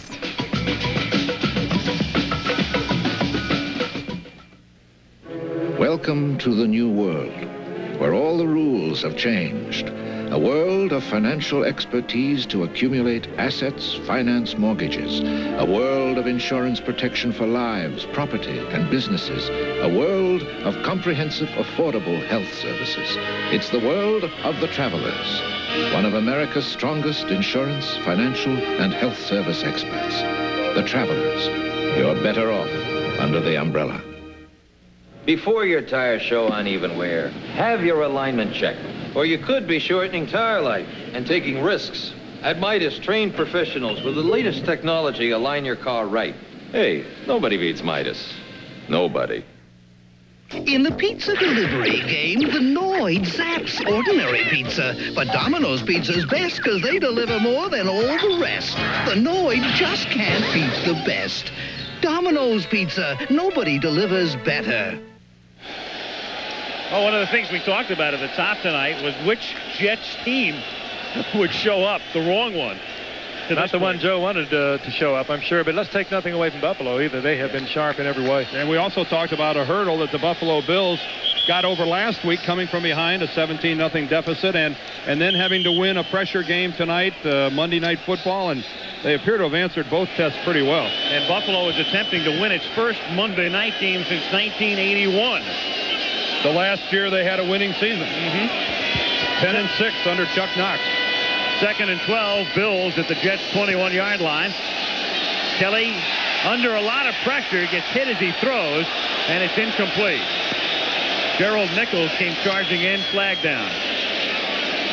Flag went down around the 7-yard line, somewhere back in the secondary, and it's defensive holding against the Jets, and that'll take the Bills from a 3rd and long situation and give them an automatic first down. Holding, number 48, defense, 5 yards, first down. Bobby Humphrey.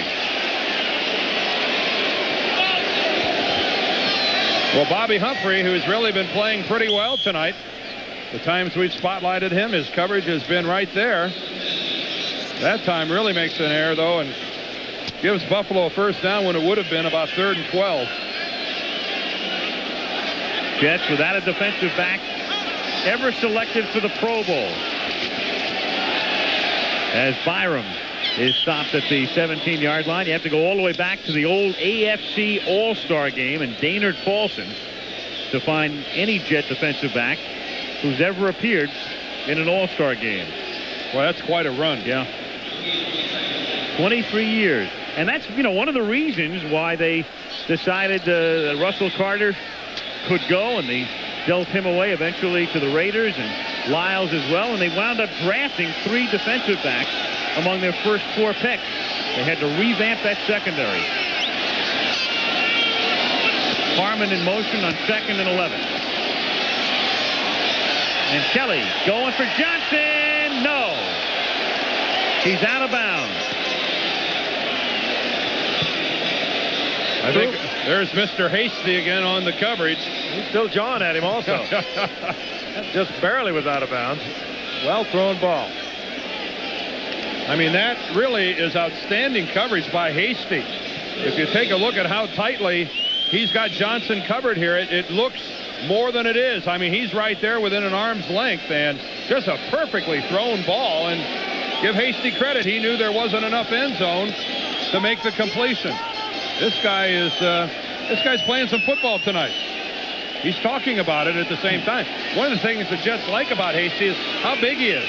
Guy's 6 feet, 200 pounds. That's a big corner. On 3rd and 11, he's playing bump and run with Johnson, and the pass is nearly picked off by the rookie McMillan, intended for Riddick.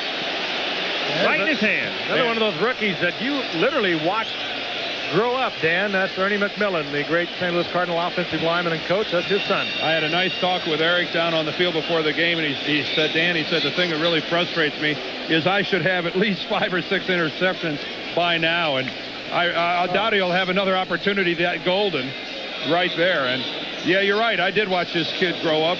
He was 6 years old when I met him the first time. His dad, a teammate of mine for years in St. Louis, and used to bring him into the locker room and sit in our meetings. And talented football player.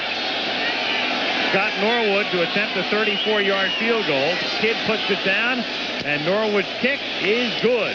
So tack on 3 more for Buffalo with 8:32 remaining in the 3rd quarter at Giant Stadium. 34-7 Bills.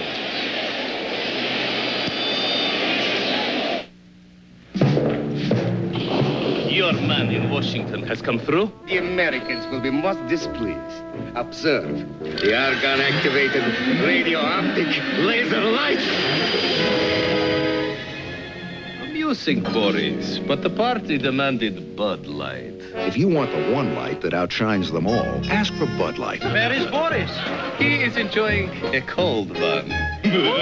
Bud Light, because everything else is just a light.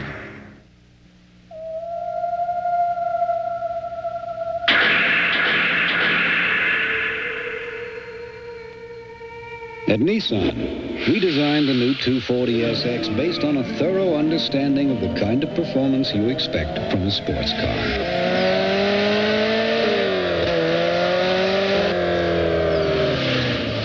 The Nissan 240SX. It's a lot of sports car, but you can handle it. There's good news and bad news. First, the bad news. 3 out of 4 unsuspecting people will get gingivitis, an early form of gum disease. Now, the good news. Listerine Antiseptic is the only non-prescription mouthwash accepted by the American Dental Association for its significant help in preventing and reducing plaque and gingivitis. And Listerine still kills bad breath germs. So brush, floss, and use Listerine.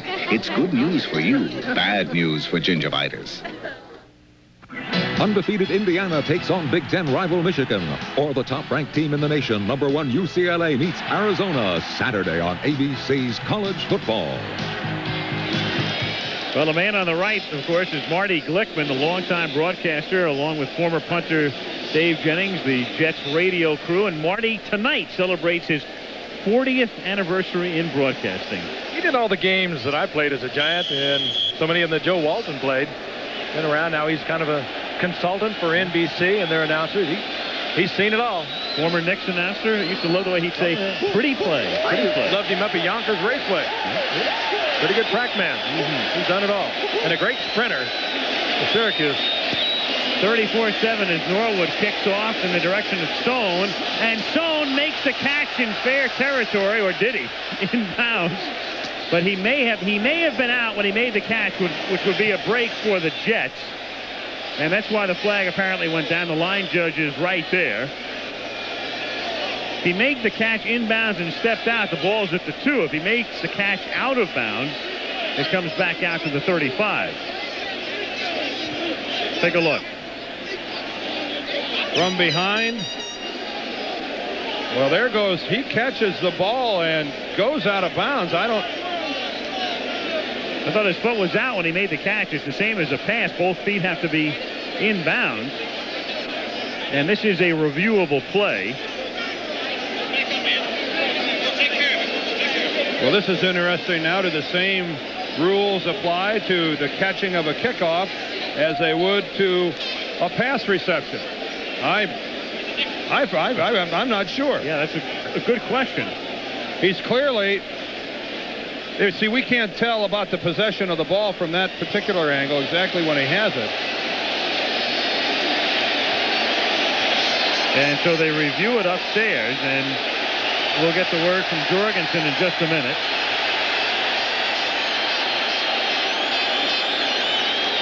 And so for Walton, it's the difference between getting the ball at his own 2 or his own 35.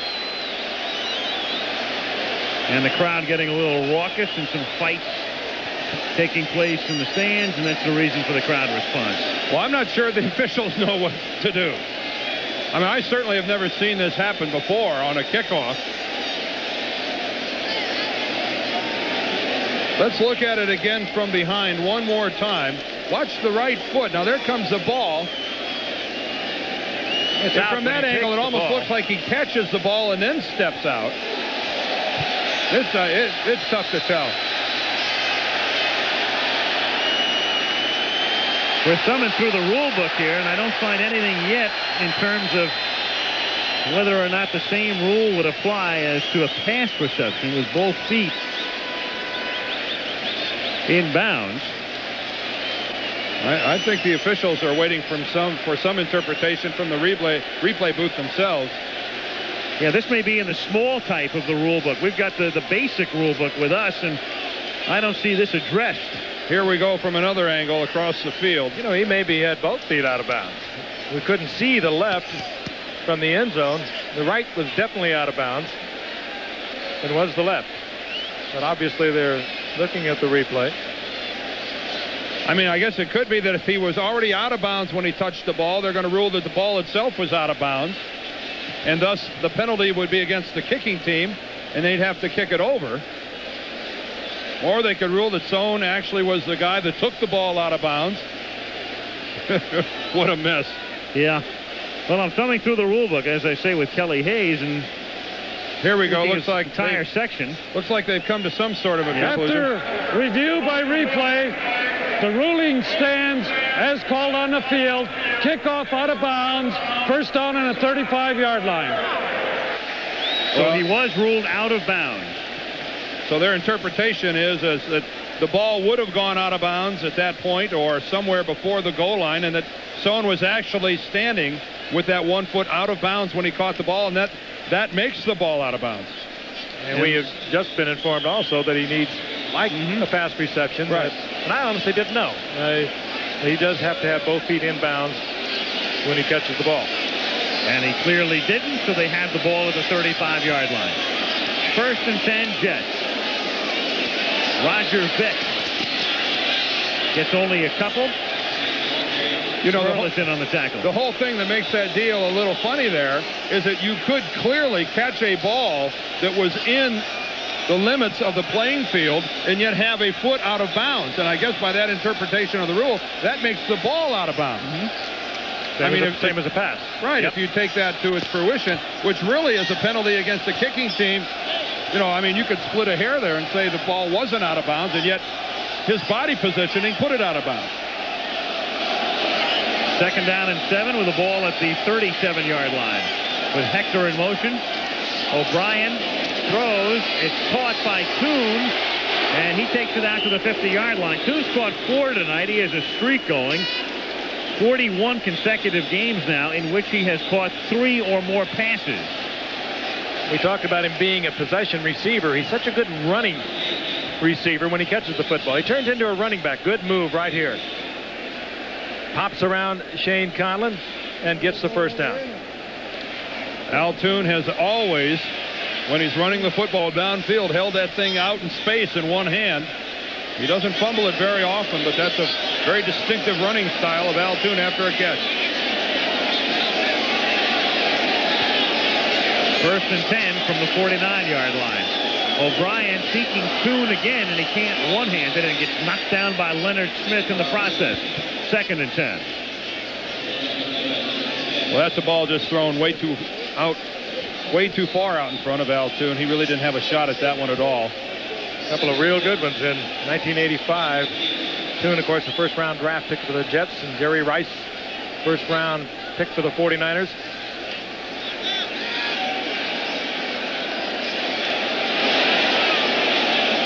Second and 10. McNeil to the 48-yard line. It'll be 3rd down and about 8 upcoming. Art Still in on the tackle.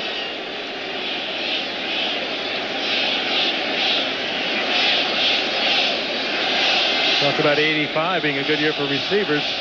Not a bad year for quarterbacks. 1983. That tremendous draft with 6 quarterbacks going in the 1st round, including the 2 men you're looking at tonight. John Elway, Dan Marino, Tony Eason, and Todd Blackledge were the others. 10 overall taken in that year that are still active in the league. All in the AFC, oddly enough. 3rd and 8. O'Brien under pressure. Gets it away to K.D. Dunn. Shovels it off, and Dunn takes it to the 48-yard line. The pressure that time applied by Wayne Davis, the cornerback. There he is, number 21. You know, to take that one step further about the 83 draft, and as we look at one of the products of that draft, Kenny O'Brien, who really does a nice job getting out of the pocket and at the last minute getting rid of the football, very close to being in the grass, but he did get the completion, alertly dumping it off. But you know, Jim Kelly was the 2nd #1 draft choice of the Buffalo Bills that year. Actually, Tony Hunter, the tight end from Notre Dame, was their #1 choice. They took before Kelly. Prokop's kick. Tucker fakes the catch at the 10, and the Jets are able to down it at the 1-yard line as Michael Harper is there. So any small victory in a storm, and that's what it is for the Jets, because they're down by 27. Today it seems young parents have less time and a lot more to worry about. If I were a young father today, I'd want to know that my government wasn't blind to the changes in my life. I'd want my new president to be in touch with the things that are important to me and to my family. That's not a Democratic concern. It's not a Republican concern. That's a father's concern.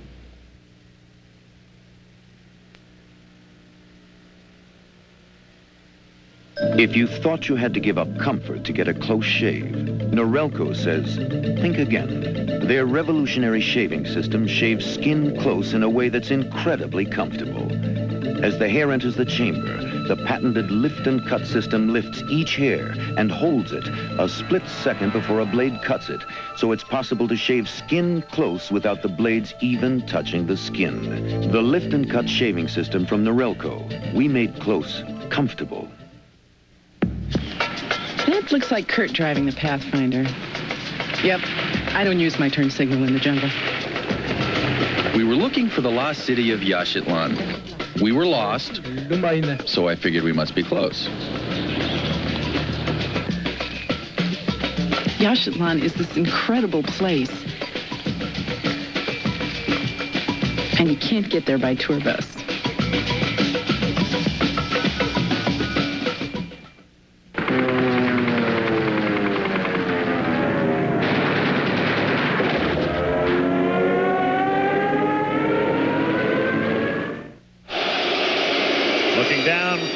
The Goodyear Blimp America, based in Houston. Captained tonight by Aaron Jenkins from Spring, Texas. Looking down upon a once-filled Giant Stadium in East Rutherford, New Jersey. But a lot of folks heading home early. Their Jets are down 34-7. Buffalo has the football at the 1-yard line. And a nice hole opens up for Carl Byram, who gives them a lot of breathing room as he gets close to a first down, taking it close to the 11-yard line. I mean, that's just the kind of thing you're not supposed to be able to do when you're backed up in your own end zone like that. I mean, it's tough to eke out yardage 1 or 2 at a time, and yet Buffalo, I guess, just playing to form the way they have all night, just slams it up in there and picks up 9 relatively easy yards. Second down, inches from the 11-yard line. Byram again. Out to the 14. Well, you take a look at the Bills. Early on, they were squeaking by. They beat Minnesota 13-10 in their opener. Beat Miami 9-6 in game 2. Squeaked by New England 16-14. They weren't scoring very much early on. They got 36 against Pittsburgh. Really came to life in the second half last week against Indianapolis. And this team is rounding into top form. Very, very impressive. The only one they really got pounded on was by the Chicago Bears, losing that one 24-3. But everybody had an off day out there, particularly their quarterback Jim Kelly. And a lot of the Bills said, "Hey, we needed that to wake us up." Bears will make you have an off day. Yep. Byram, and it's hard to believe as you see the way Buffalo has not only passed the ball but run the ball tonight, that in that game the Bears held Buffalo to 0 yards rushing. And Kevin MacArthur is now slow to get up, in fact, not getting up at all, and Bud Carson, just his heart has to just be up in his throat at the prospect of losing another linebacker.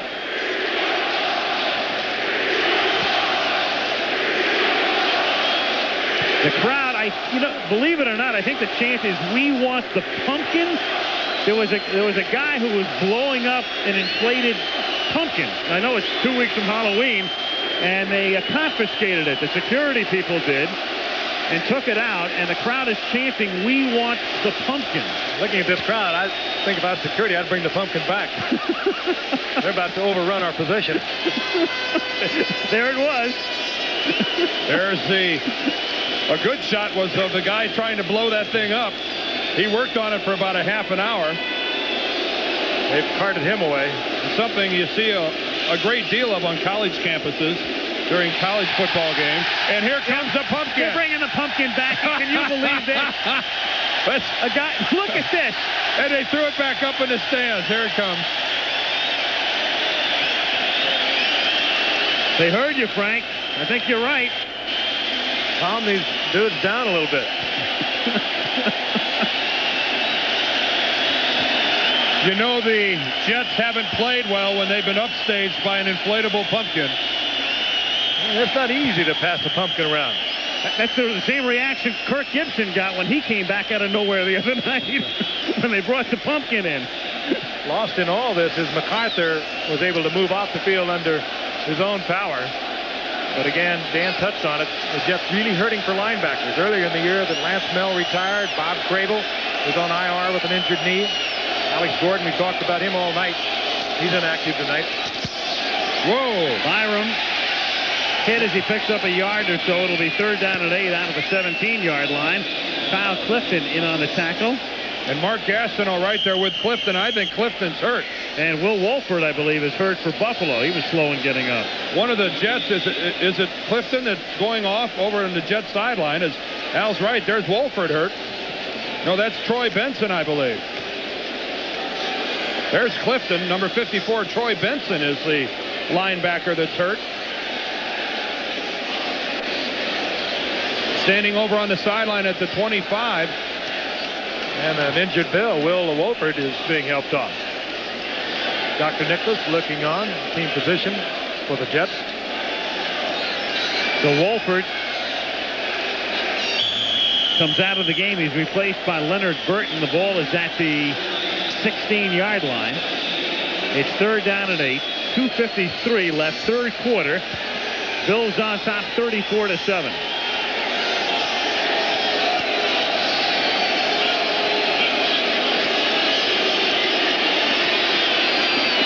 Kelly throwing, and it's caught for a first down by Flip Johnson.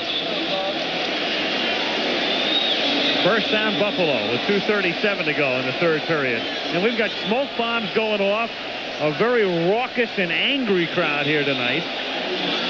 Not a very happy scene here. Well, and you can see how much it's emptied out. Look at how many empty seats you've got already. At this rate, we'll outnumber them. All I can say is we have seen in the last 15 minutes probably 3 or 4 brawls down in the stands. A lot of beer throwing. That's the second time we've seen a fire in the upper deck. From the 26-yard line, Kelly hits Metzelaars, and he is close to a first down as he's ridden down at the 36-yard line by Rich Miano. I think serious for a moment. It's almost obscene. You wonder about somebody even considering taking their kids to a football game that gets out of control like this in the stands. Could be dangerous. And as a matter of fact, it is dangerous. Well, it's been said before, but the shame of it all is that here you have over 70,000 people here, and it only takes a couple to really get it going. And the behavior of a couple hundred, unfortunately, reflects on everyone here. 2nd and 1 from the 36-yard line. And Kelly on a free play, in essence, going deep for Trumaine Johnson, and a little bit too deep. And nice coverage that time by Bobby Humphrey. He was with him step for step. Again, Kelly with all the time in the world. He looked first to his left. That was Andre Reed, and he was picked up and covered very nicely over the right side by Hasty. And still had the time to look to the far side of the field to Trumaine Johnson, and that takes an awful lot of time. Here's Trumaine. Let's see if Johnson maintains an all-out sprint the whole way down there. He does, and I think he's a little mystified that the ball actually went that far. It looked like he didn't think that Jim Kelly could put that much air underneath the ball and get it that far. As long as it took for him to deliver it, I would agree with him. He really put it out there. 3rd down and 1 at the 36-yard line. And a first down is picked up by Byram, moving through the middle. And Troy Benson in on that tackle, so at least some good news for the Jets. Benson back in the ball game. There he is. Jets will try to regroup, and they see Kelly tonight, and no rest for the weary. They get Marino next Sunday in Miami. We'll see him November the 14th. Buffalo, that is. And it'll be interesting to see how they progress. Dan touched on something. I think he hit it right on the nose. When they were down 17-0 last week, and they came back to win over Indianapolis, that changed the entire character of this team. They're solid here tonight. A minute to go, 3rd quarter. Thurman Thomas fumbles the football, and the Bills recover it. And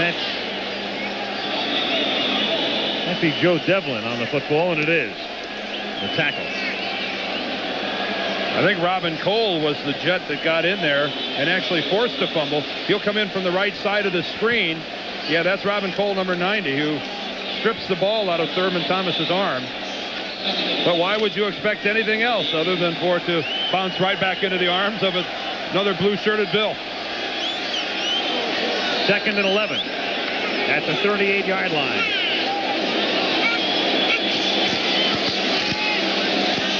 Kelly throws, and it's picked off at the 40-yard line, and there's McMillan going in for a touchdown. Got this one, Dan. The rookie out of Missouri, Eric McMillan, 40-yard interception return for a touchdown. Very uncharacteristic of Kelly, though. He was looking at Metzelaars, the tight end, looked at him. McMillan came from a long way away. Dan, you said he's a fine athlete. He came a long way to make that interception.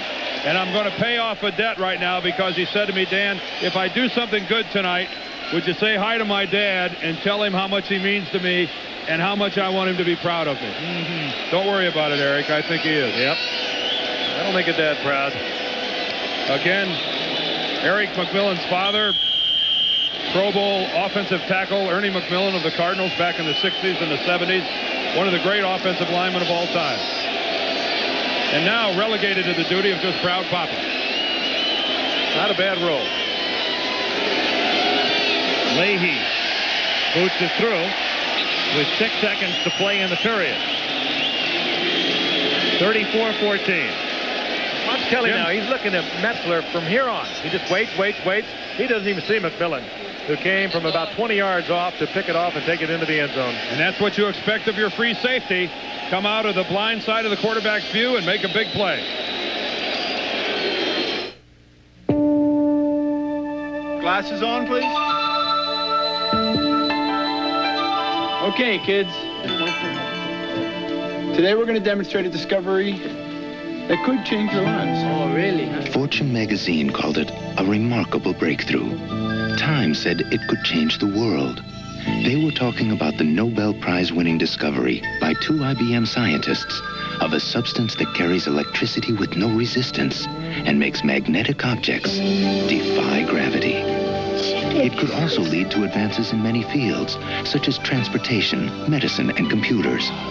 It's a new kind of superconductor, one that works at more practical temperatures than ever before. This IBM achievement has sparked a new era of research and is fascinating not only scientists, but future scientists. Advances in superconductivity, another example of IBM technology at work. There's a vacancy at the Bates Motel. Norman, is that you? No, it's Buzz McKenzie, and it could be you. Look for this display and enter Bud Light Psycho Sweepstakes to win a Bud Light party with Buzz McKenzie at the Psycho Mansion. You could even get a mug like Spud's at participating retailers. Wow! That Spud is so cool, it's scary.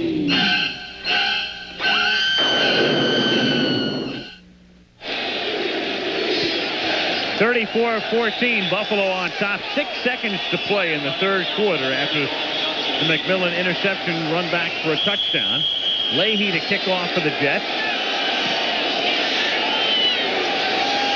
And this is Tucker taking it at the 14-yard line. Errol Tucker, good run back to the 40, and then tackled out at the 43-yard line by Carl Howard. And that will end the third quarter. At the end of 3, Buffalo 34, the Jets 14. We'll return to Giant Stadium after this message about an upcoming show on ABC and a word from your local station.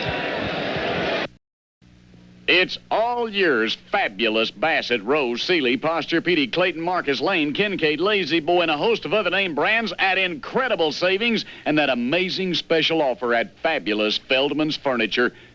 Shop Fabulous Feldman's final store-wide sale of the year, downtown Salisbury, downtown Pocomoke, and here it is. No down payment, no interest for 12 months, no payment till January '89. You heard it right, and you'll enjoy free delivery and setup. Fabulous Feldman's Furniture. Enough. Deal. Did somebody say deal? Your Dodge dealer has hot numbers and big rebates on almost everything in stock. Get a hot Dodge Daytona, save up to $590. Dodge Shadow, save up to $600. Or Dakota Pickup, save up to $2250. So if you want a great deal, hey! Well, are you going to deal? Did somebody say deal? See your local Delmarva Dodge dealer today. WMDT Salisbury, W27AJ Dover.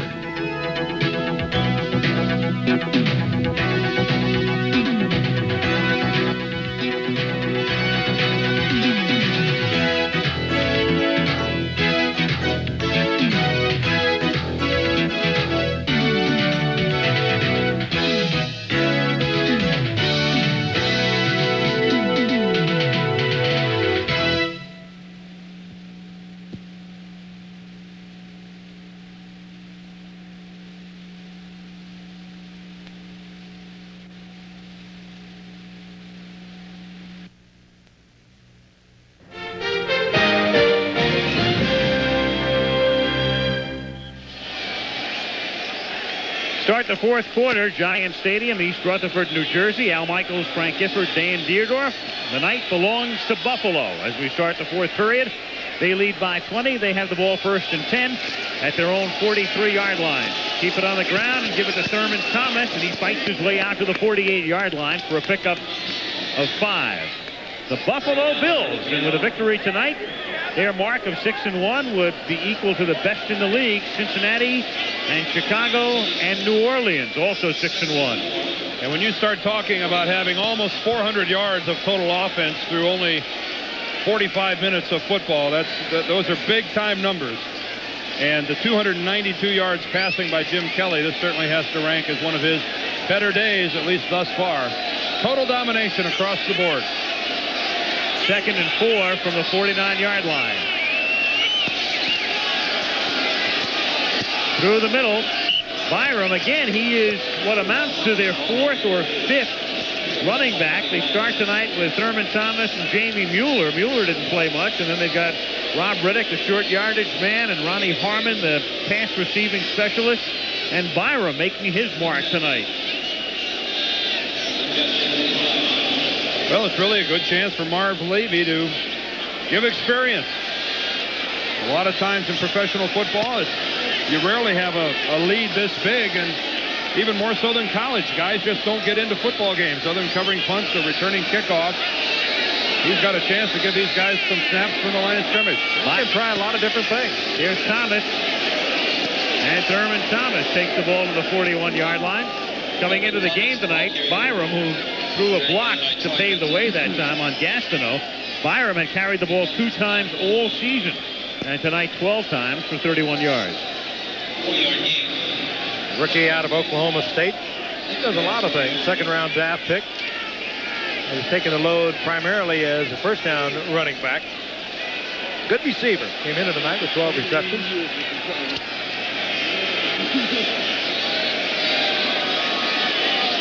Second down, call it 5 at the 41-yard line. 12:53 remaining in the game. 34-14 Buffalo. Thomas inside the 40 to the 38-yard line. It will be 3rd down and about 2.5 upcoming. And we can remind you, coming up college football, you will see either Indiana against Michigan or the new #1 team in the country, Troy Aikman's UCLA Bruins against Arizona, 3:30 Eastern time. Regional coverage, check your local listings. Big one at Soldier Field next Monday for us, 9 o'clock Eastern time, the 49ers and the Bears. How about Roger Craig yesterday? 190 yards. 90 yards. We'll see Craig next week and Joe Montana, Jerry Rice against Jim McMahon and Chicago. Bears 6-1, Niners are 5-2. 3rd and 2 from the 37-yard line. And this is Riddick, who barrels his way to the 35-yard line, picks up a 1st down. Exactly what Buffalo wants to do. They're keeping the ball on the ground, churning out the 1st downs, chewing up the clock.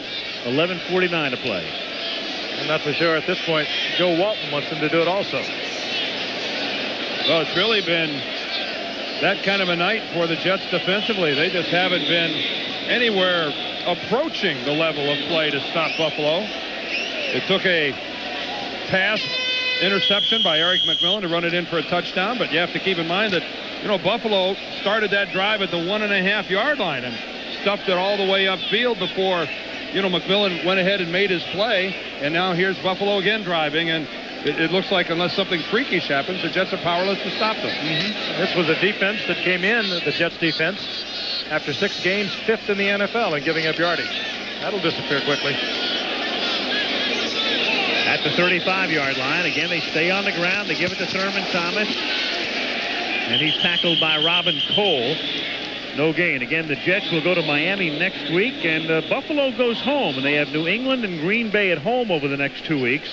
And then, as we mentioned, they play 5 of their last 7 games on the road. So this is an important win. It's going to give them a 2-game cushion at the end of 7 weeks with 7 down and 9 to go.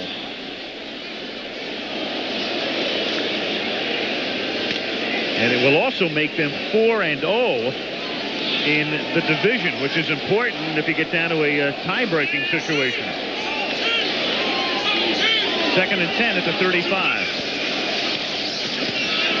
Byram hit back of the line of scrimmage and then pummeled at the 40-yard line. Kevin MacArthur and Kyle Clifton, the initial hit.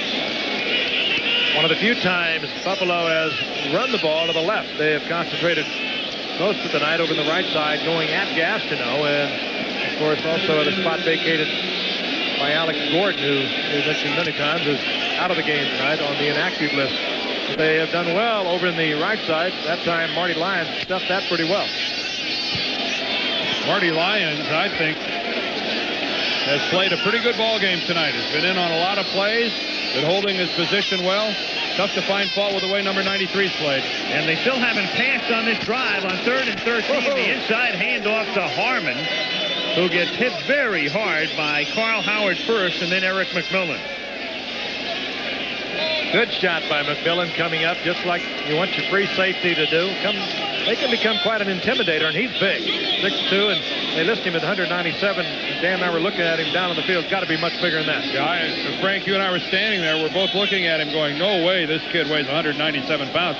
It's going to be McMillan there that puts on the big hit. There he comes up and really staggers the ball carrier, and if he's not 210, I'd like to check the scale. If he weighs 197 on their scales, I'd like to weigh myself on their scale. What an ego booster that'd be. For you, that'd be an earlobe. His daddy was big. Yeah, his dad was only 6'6", about 280 pounds. Offense. Buffalo lets the clock run down because the line of scrimmage is the 34. They're going to punt it anyway, and it really doesn't matter at this point. Game clock down to 8:57. Delay, offense, decline. And the Jets even decline it to make it tougher for Kidd to kick the ball out of bounds before kicking it into the end zone, is what it amounts to. And Marv Levy, who was looking at what would have been a 51-yard field goal, decided, well, we got this thing 34-14, forget it.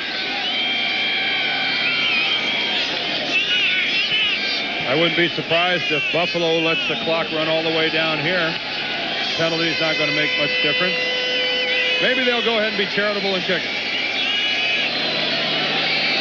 The 45-second clock was down to 3. There's a penalty flag. It bounces at the 10, and it's down at the 3, and we'll see about the flag back at the 35-yard line. Illegal motion is the call against the Bills. Marv Levy, he's been around. Marv Levy is one of the few coaches in the history of the NFL who's coached more than 100 illegal games. motion, number 88, offense, 5 yards, still 4th down. Illegal motion, still 4th down. Levy has coached more than 100 games without ever coaching a postseason game. And there it is, 8th year as a head coach. Done it all, too. Of course, he was with Kansas City for 5 of those years. He was up in Montreal as a head coach with George Allen with the Washington Redskins. Also the Los Angeles Rams. Well, the dubious record, most games coached without going to the playoffs, would belong to the Dutchman, Norm Van Brocklin, who coached 173 and never made it to postseason. Kidd's kick, caught at the 14-yard line, fair caught by JoJo Townsell. 8:15 left in the 4th after a 25-yard punt. Buffalo 34, the New York Jets 14.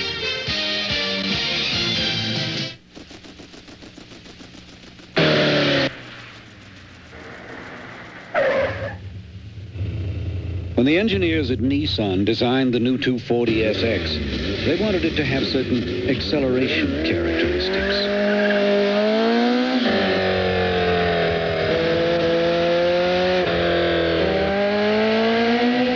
Nissan 240SX. It's a lot of sports car, but you can handle it. One was named Wilbur, the other Orville. Two brothers who shared a belief. A belief that when the fundamentals of aeronautics were properly applied, man could fly. At Raytheon, we haven't forgotten their lesson.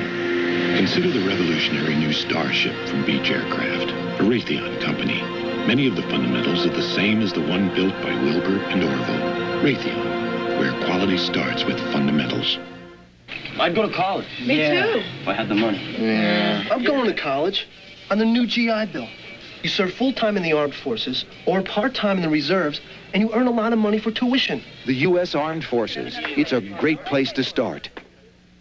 It's back. It's going. That's how it is. This and every sunset is brought to you by Michelob, proud sponsors of night games everywhere. Shouldn't your night belong to Michelob? Joe Montana leads the 49ers against Jim McMahon and the Chicago Bears as two of the NFL's top quarterbacks take the field next week on ABC's Monday Night Football. Very long night for Ken O'Brien and the New York Jets, who trail 34-14, 8:15 remaining in the fourth quarter at Giant Stadium.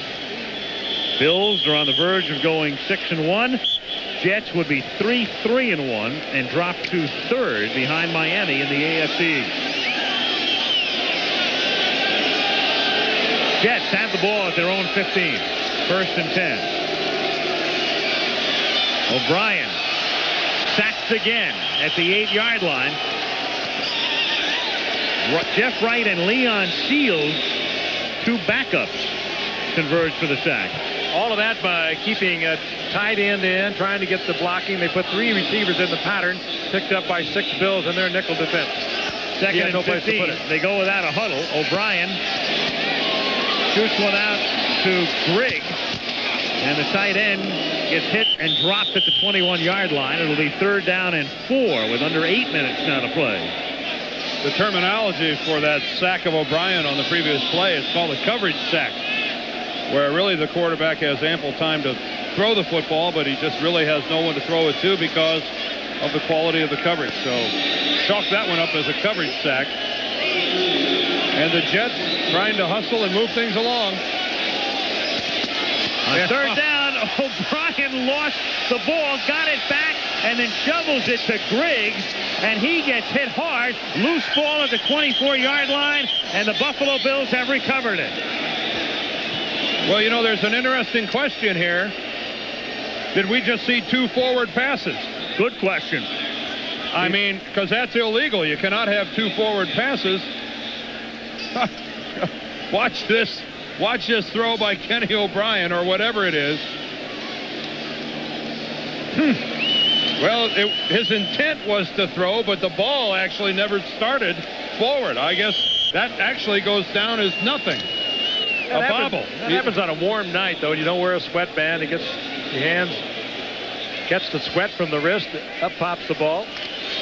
And just about everything has happened to Joe Walton tonight. So he completes the pass. And then Griggs coughs it up. Buffalo recovers at the 24-yard line. 1st and 10. 7:19 remaining. Thurman Thomas inside the 20, flag down inside the 10, and he's dropped at the 1-yard line. That's going to come back. That'll be a hold. And there's at least something favorable that's gone the way of the Jets.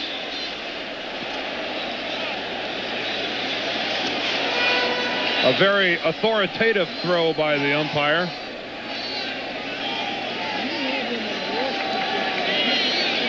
And here's Jorgensen's call. Holding, number 51, offense, 10 yards, still 1st down. Holding on Jim Richter. Meanwhile, Frank Reich, the new Buffalo quarterback, as Kelly has guided them to a 20-point cushion and a very safe cushion. And Frank Reich, the 4th-year quarterback out of Maryland, takes over.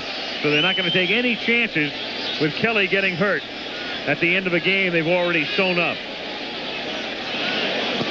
And a good opportunity to give Reich some work, because they're staying on the ground anyway is what it amounts to. 1st and 20 from the 34-yard line. Don't be so sure. Not here, yeah, not a 1st and 20. The flag goes down. Riddick barrels his way through the middle, stays on his feet, and takes it to the 12-yard line. And again, a marker down at the inception of the play. Kelly comes out. Offside, number 90, defense, decline. Robin Cole. Yeah, these movies are going to be like poltergeists for the Jets. You know what comes to mind? I think Hank Stram, who's here doing the game tonight on radio, was the coach of the New Orleans Saints. And he was the first coach of the first team that lost to Tampa Bay. And I know that rather than watch the films, they had a little ceremony out at the 50-yard line on the practice field where they put them in a trash can and burned them. And there's a shot of Hank Stram. Yeah, looking real good after his recent surgery, too. And I'd have to think that that's an option that Joe Walton has to consider after this game tonight. A tribal right from the 13-yard line. Riddick to the 10. The way it's gone, Dan, they wouldn't burn. Frank, you might be right. Not a bad birthday present for owner Ralph Wilson, celebrating his birthday today. 29 years he's owned the Buffalo Bills. They go all the way back to the American Football League. They've had some dramatic moments. Remember the great games with O.J. Simpson. But as we touched on earlier, have not had a winning season since 1981. They're looking at one now, and a big one. Solid offense, and we've seen a lot of it tonight, but where they have the potential is on defense.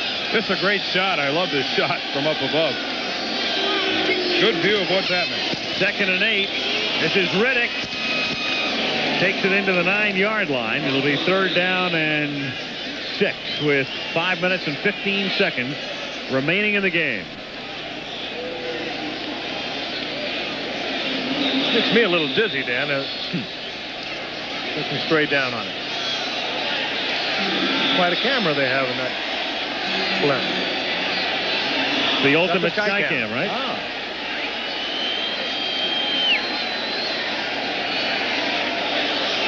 Phil Sullivan, our cameraman in the blimp, bringing you the action from the 9-yard line where it's 3rd down and 6. Frank Reich pitches it to Riddick. He drops the football and gets it back at the 10-yard line. So Buffalo will have to settle for a field goal attempt as Norwood, who now leads the league in scoring after his performance tonight, comes in to try to tack on 3 more.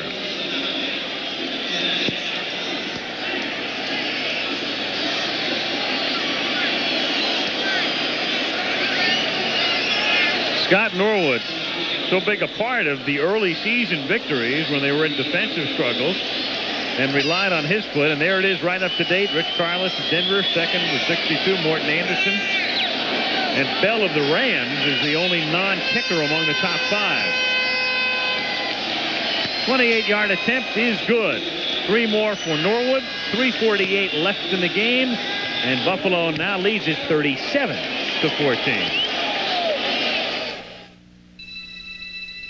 When the stars come out to play, babe, a twinkling show, ooh, dinner out of sight. Yeah, the night time is golden light time. Big Dipper at McDonald's. Showtime, it's night tonight. In the next 4 years, somebody is going to have to continue the arms limitation talks with Gorbachev. Somebody is going to have to find out if Gorbachev is for real. Somebody is going to have to deal with him and look him in the eye and not blink. This is no time for uncertainty, no time to train somebody in how to meet with the Russians. This is the time for strength and experience. This is the time for somebody who is ready on day 1 to be a great president. That looks like Kurt driving the Pathfinder. Yep, I don't use my turn signal in the jungle. We were looking for the lost city of Yaxchitlan. We were lost, so I figured we must be close. Yaxchitlan is this incredible place. And you can't get there by tour bus.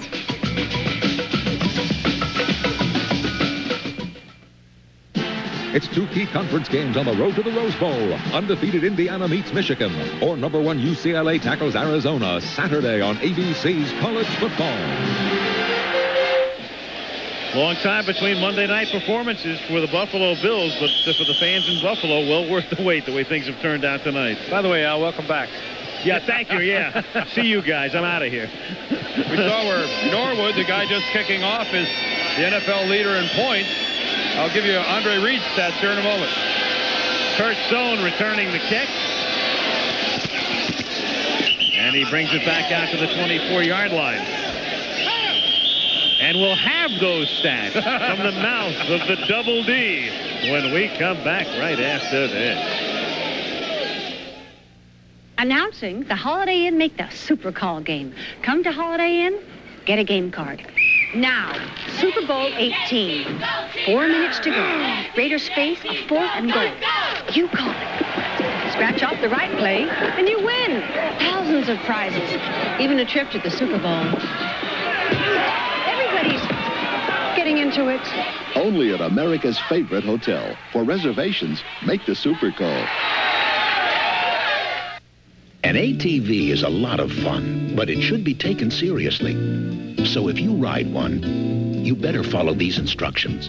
Always wear a helmet and protective clothing. Children under 16 need adult supervision. Children under 16 should never ride adult-sized machines. Inexperienced riders should take a qualified training course. Riding an ATV the wrong way could lead to serious or even fatal injury. If you're gonna play it safe. Charlie's dad is a dentist, so when Charlie gets some teeth, chances are he'll chew great-tasting Trident. Because more dentists and their families chew Trident than all other sugarless gums combined. Trident. Millions of teeth can't be wrong. In 1.3 billion years, our sun will burn out, leaving us in total darkness. We say it's never too early to stock up for the big night. Shouldn't your night belong to Michelob Light? Interesting young man, our Travelers Man of the Year for the Buffalo Bills. This is Mark Kelso, and a real overachiever.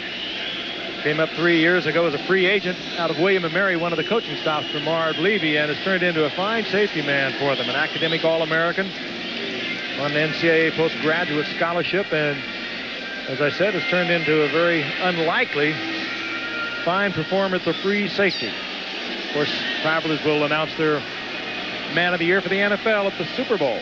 Kind of fun to report on these players. We hear so much on the other side of the coin, but there are so many of them that do so much for the community, the things they get involved in, and we don't seem to read about that or hear about that as much as we should. Meanwhile, there is an injured Jet player, and we think it's Nu'u'Fa'aola. And it's unfortunately serious enough that they're wheeling a stretcher out onto the field. And that is never a good sign. They bring out the equipment to immobilize him. We can't 100% ID him because of the crowd of people that has been around the injured player. That's Dr. Nicholas, the team doctor for the Jets, who is almost, does appear almost holding the neck steady. And that is Fa'aola. That is Nu'u'Fa'aola. And it's foolish for us to speculate, and we will not. But all I can tell you is that's the scariest thing a player ever sees, a player being immobilized like that with a doctor holding his head. As you can see, the concern spreads to both teams. Very quiet stadium now. Much of this crowd has already departed, but those that have remained have a very raucous, rowdy, at times obscene crowd. Have now been quieted by the injury to Fa'aola.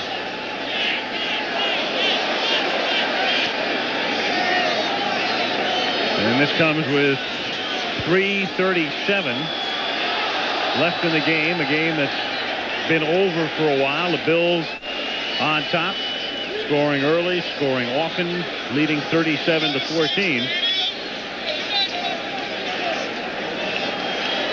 You think of the injury just in the past week for the Jets, losing Dave Cadigan, their rookie #1 draft pick at tackle. He's out for anywhere from 4 to 6 weeks on the injured reserve. Had been slated to start. He was stepped on in practice on Friday. Bill Walton got word that Alex Gordon, his second-year linebacker, and such a good performer, also could not go because of a bruised thigh. That might keep him out for some time. Mickey Schuler, we talked about, pinched a nerve in the neck. They don't know how long he's going to be gone. He cannot raise his right arm. And all I can tell you right now, Frank, is, and you're right when you talk about the Jets, but it's tough to concentrate on those things because anyone who has ever played this game, anyone who's ever played any athletics and has been around athletes when they've been injured right now has to have a sick feeling in the pit of their stomach. I know I do, because this is as serious as it gets.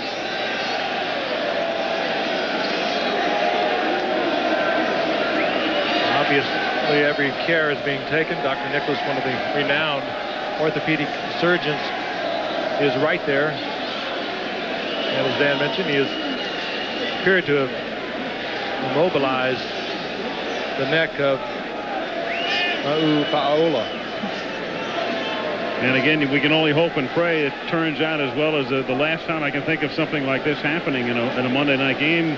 Go back to Green Bay 2 years ago, Frank, when they had to take Tim Lewis off the field, and eventually it meant the end of Tim's football career, but the injury was not nearly as serious, but because of a spinal problem, a previous problem, they suggested that he retire. Certainly was resolved better than we ever thought it would at the time. Absolutely. We certainly are hoping and, as you said, praying here at the moment. Guys, how about if we take a look at what happens? Let's see if we can see where Fa'aolo gets injured. I think the guys have it. He's in the upper right hand. Is this him right here? This is Fa'aolo right here. Let's follow the play on through to its conclusion. He's going to attempt to put a block on one of the Buffalo Bills. And there's where the collision comes in right there. He's knocked off of his block. And you can see him go face first to the turf.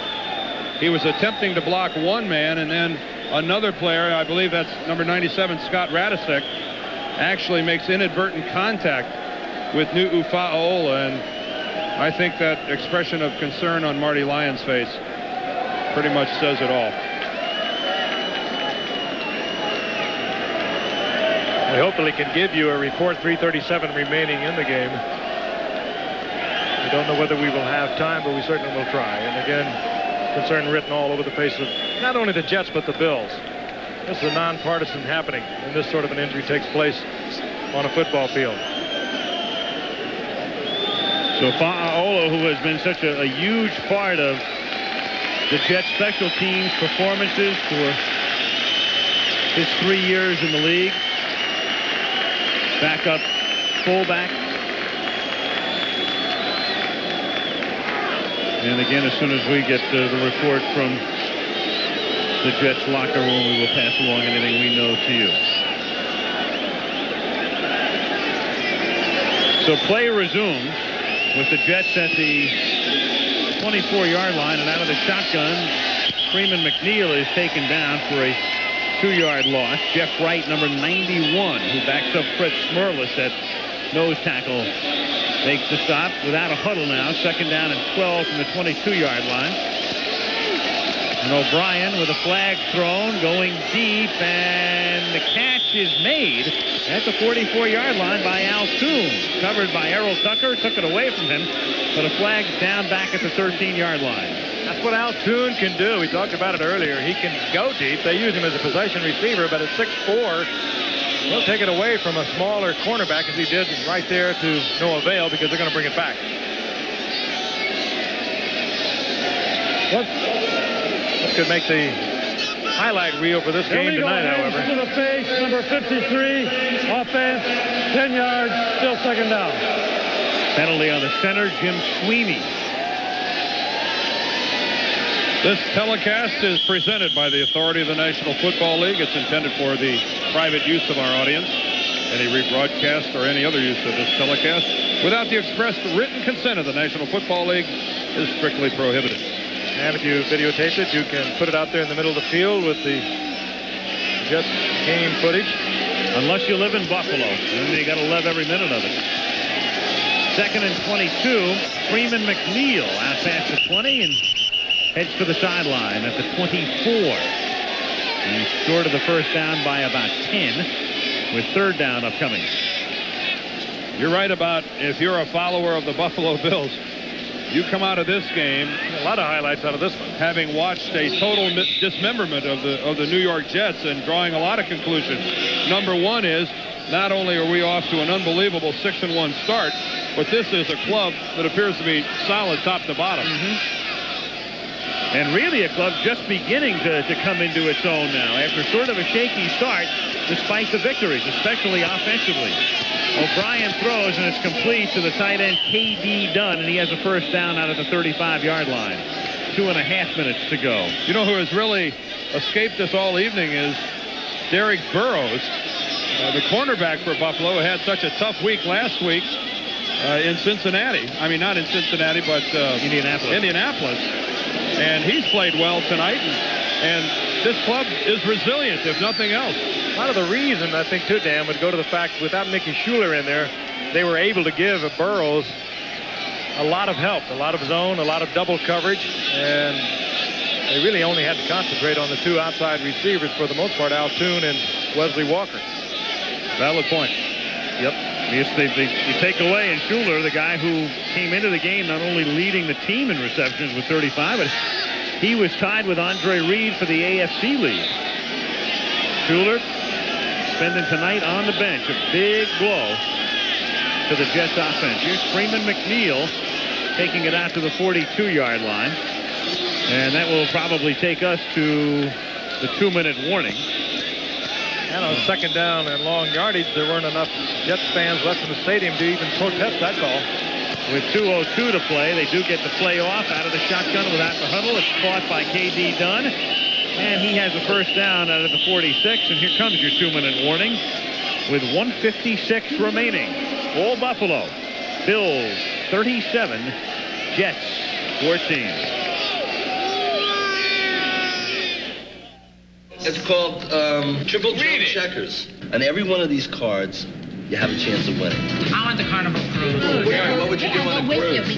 Maybe I'd meet someone. Yeah, right. What's the worst? Oh, I can't wait to get the Pontiac Grand Prix, take a trip down to Atlantic City. I'm going for the big one, the $1 million. Yeah, me too. If I won, man. Let Mate show you how it's done. Mate. All right, here we go. All right. The triple drum checkers at Burger King.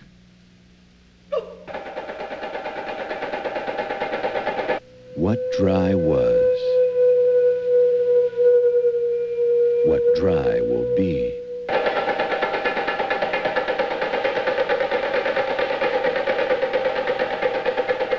From now on, this is what dry is.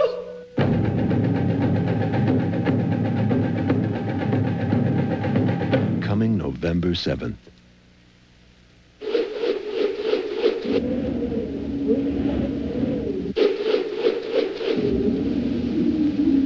What do we mean when we say the new Nissan 240 SX is uniquely designed to provide excellent cornering?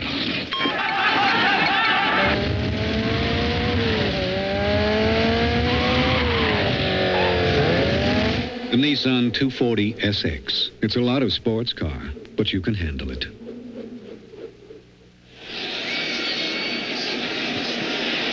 Well, Jim Kelly made his first ever Monday night appearance tonight, and he made it a pretty memorable one. Big night after a big second half last week against Indianapolis. Meanwhile, the Jet story, there it is. Those are the Walton years. As you can see, they've gotten off to great starts. And then the rest of the season has been a whole other story. Year after year. As O'Brien finds K.D. Dunn, who's caught 3 balls on this late drive. He takes it to the 45-yard line, and it is short of the first down by less than a yard. O'Brien puts it up again and wide open. K.D. Dunn. This is going to look pretty good on the stat sheet. Kind of meaningless in the overall scheme of things, but not bad when you catch 4 balls on one drive. And timeout taken by the Jets with 1:30 remaining. Did they really take a timeout? Yeah, they really did. And they got booed by the 47 people who remain at Giant Stadium. I wonder if Kenny's asking, Coach, how can we pull this out? He's saying, remember the Raiders? Yeah, right. Well, what a night for the Bills. Of course, we had Cornelius Bennett, and Cornelius didn't figure in a lot of tackles. A dream come true for him tonight, though. He appeared on Monday Night Football. We'll make his other dream come true, too. Cornelius, just simply a shadow of your former self. A man who played a tertiary role in this particular performance, but one to be reckoned with in the far distant future. There he is, number 55. You have gone over the edge. Well, it's past midnight. Totally destroyed my night. Mine too. From the 27. O'Brien throws complete to Griggs at the 22. All right. I guess this is where I'm supposed to sing. that was the lead-in.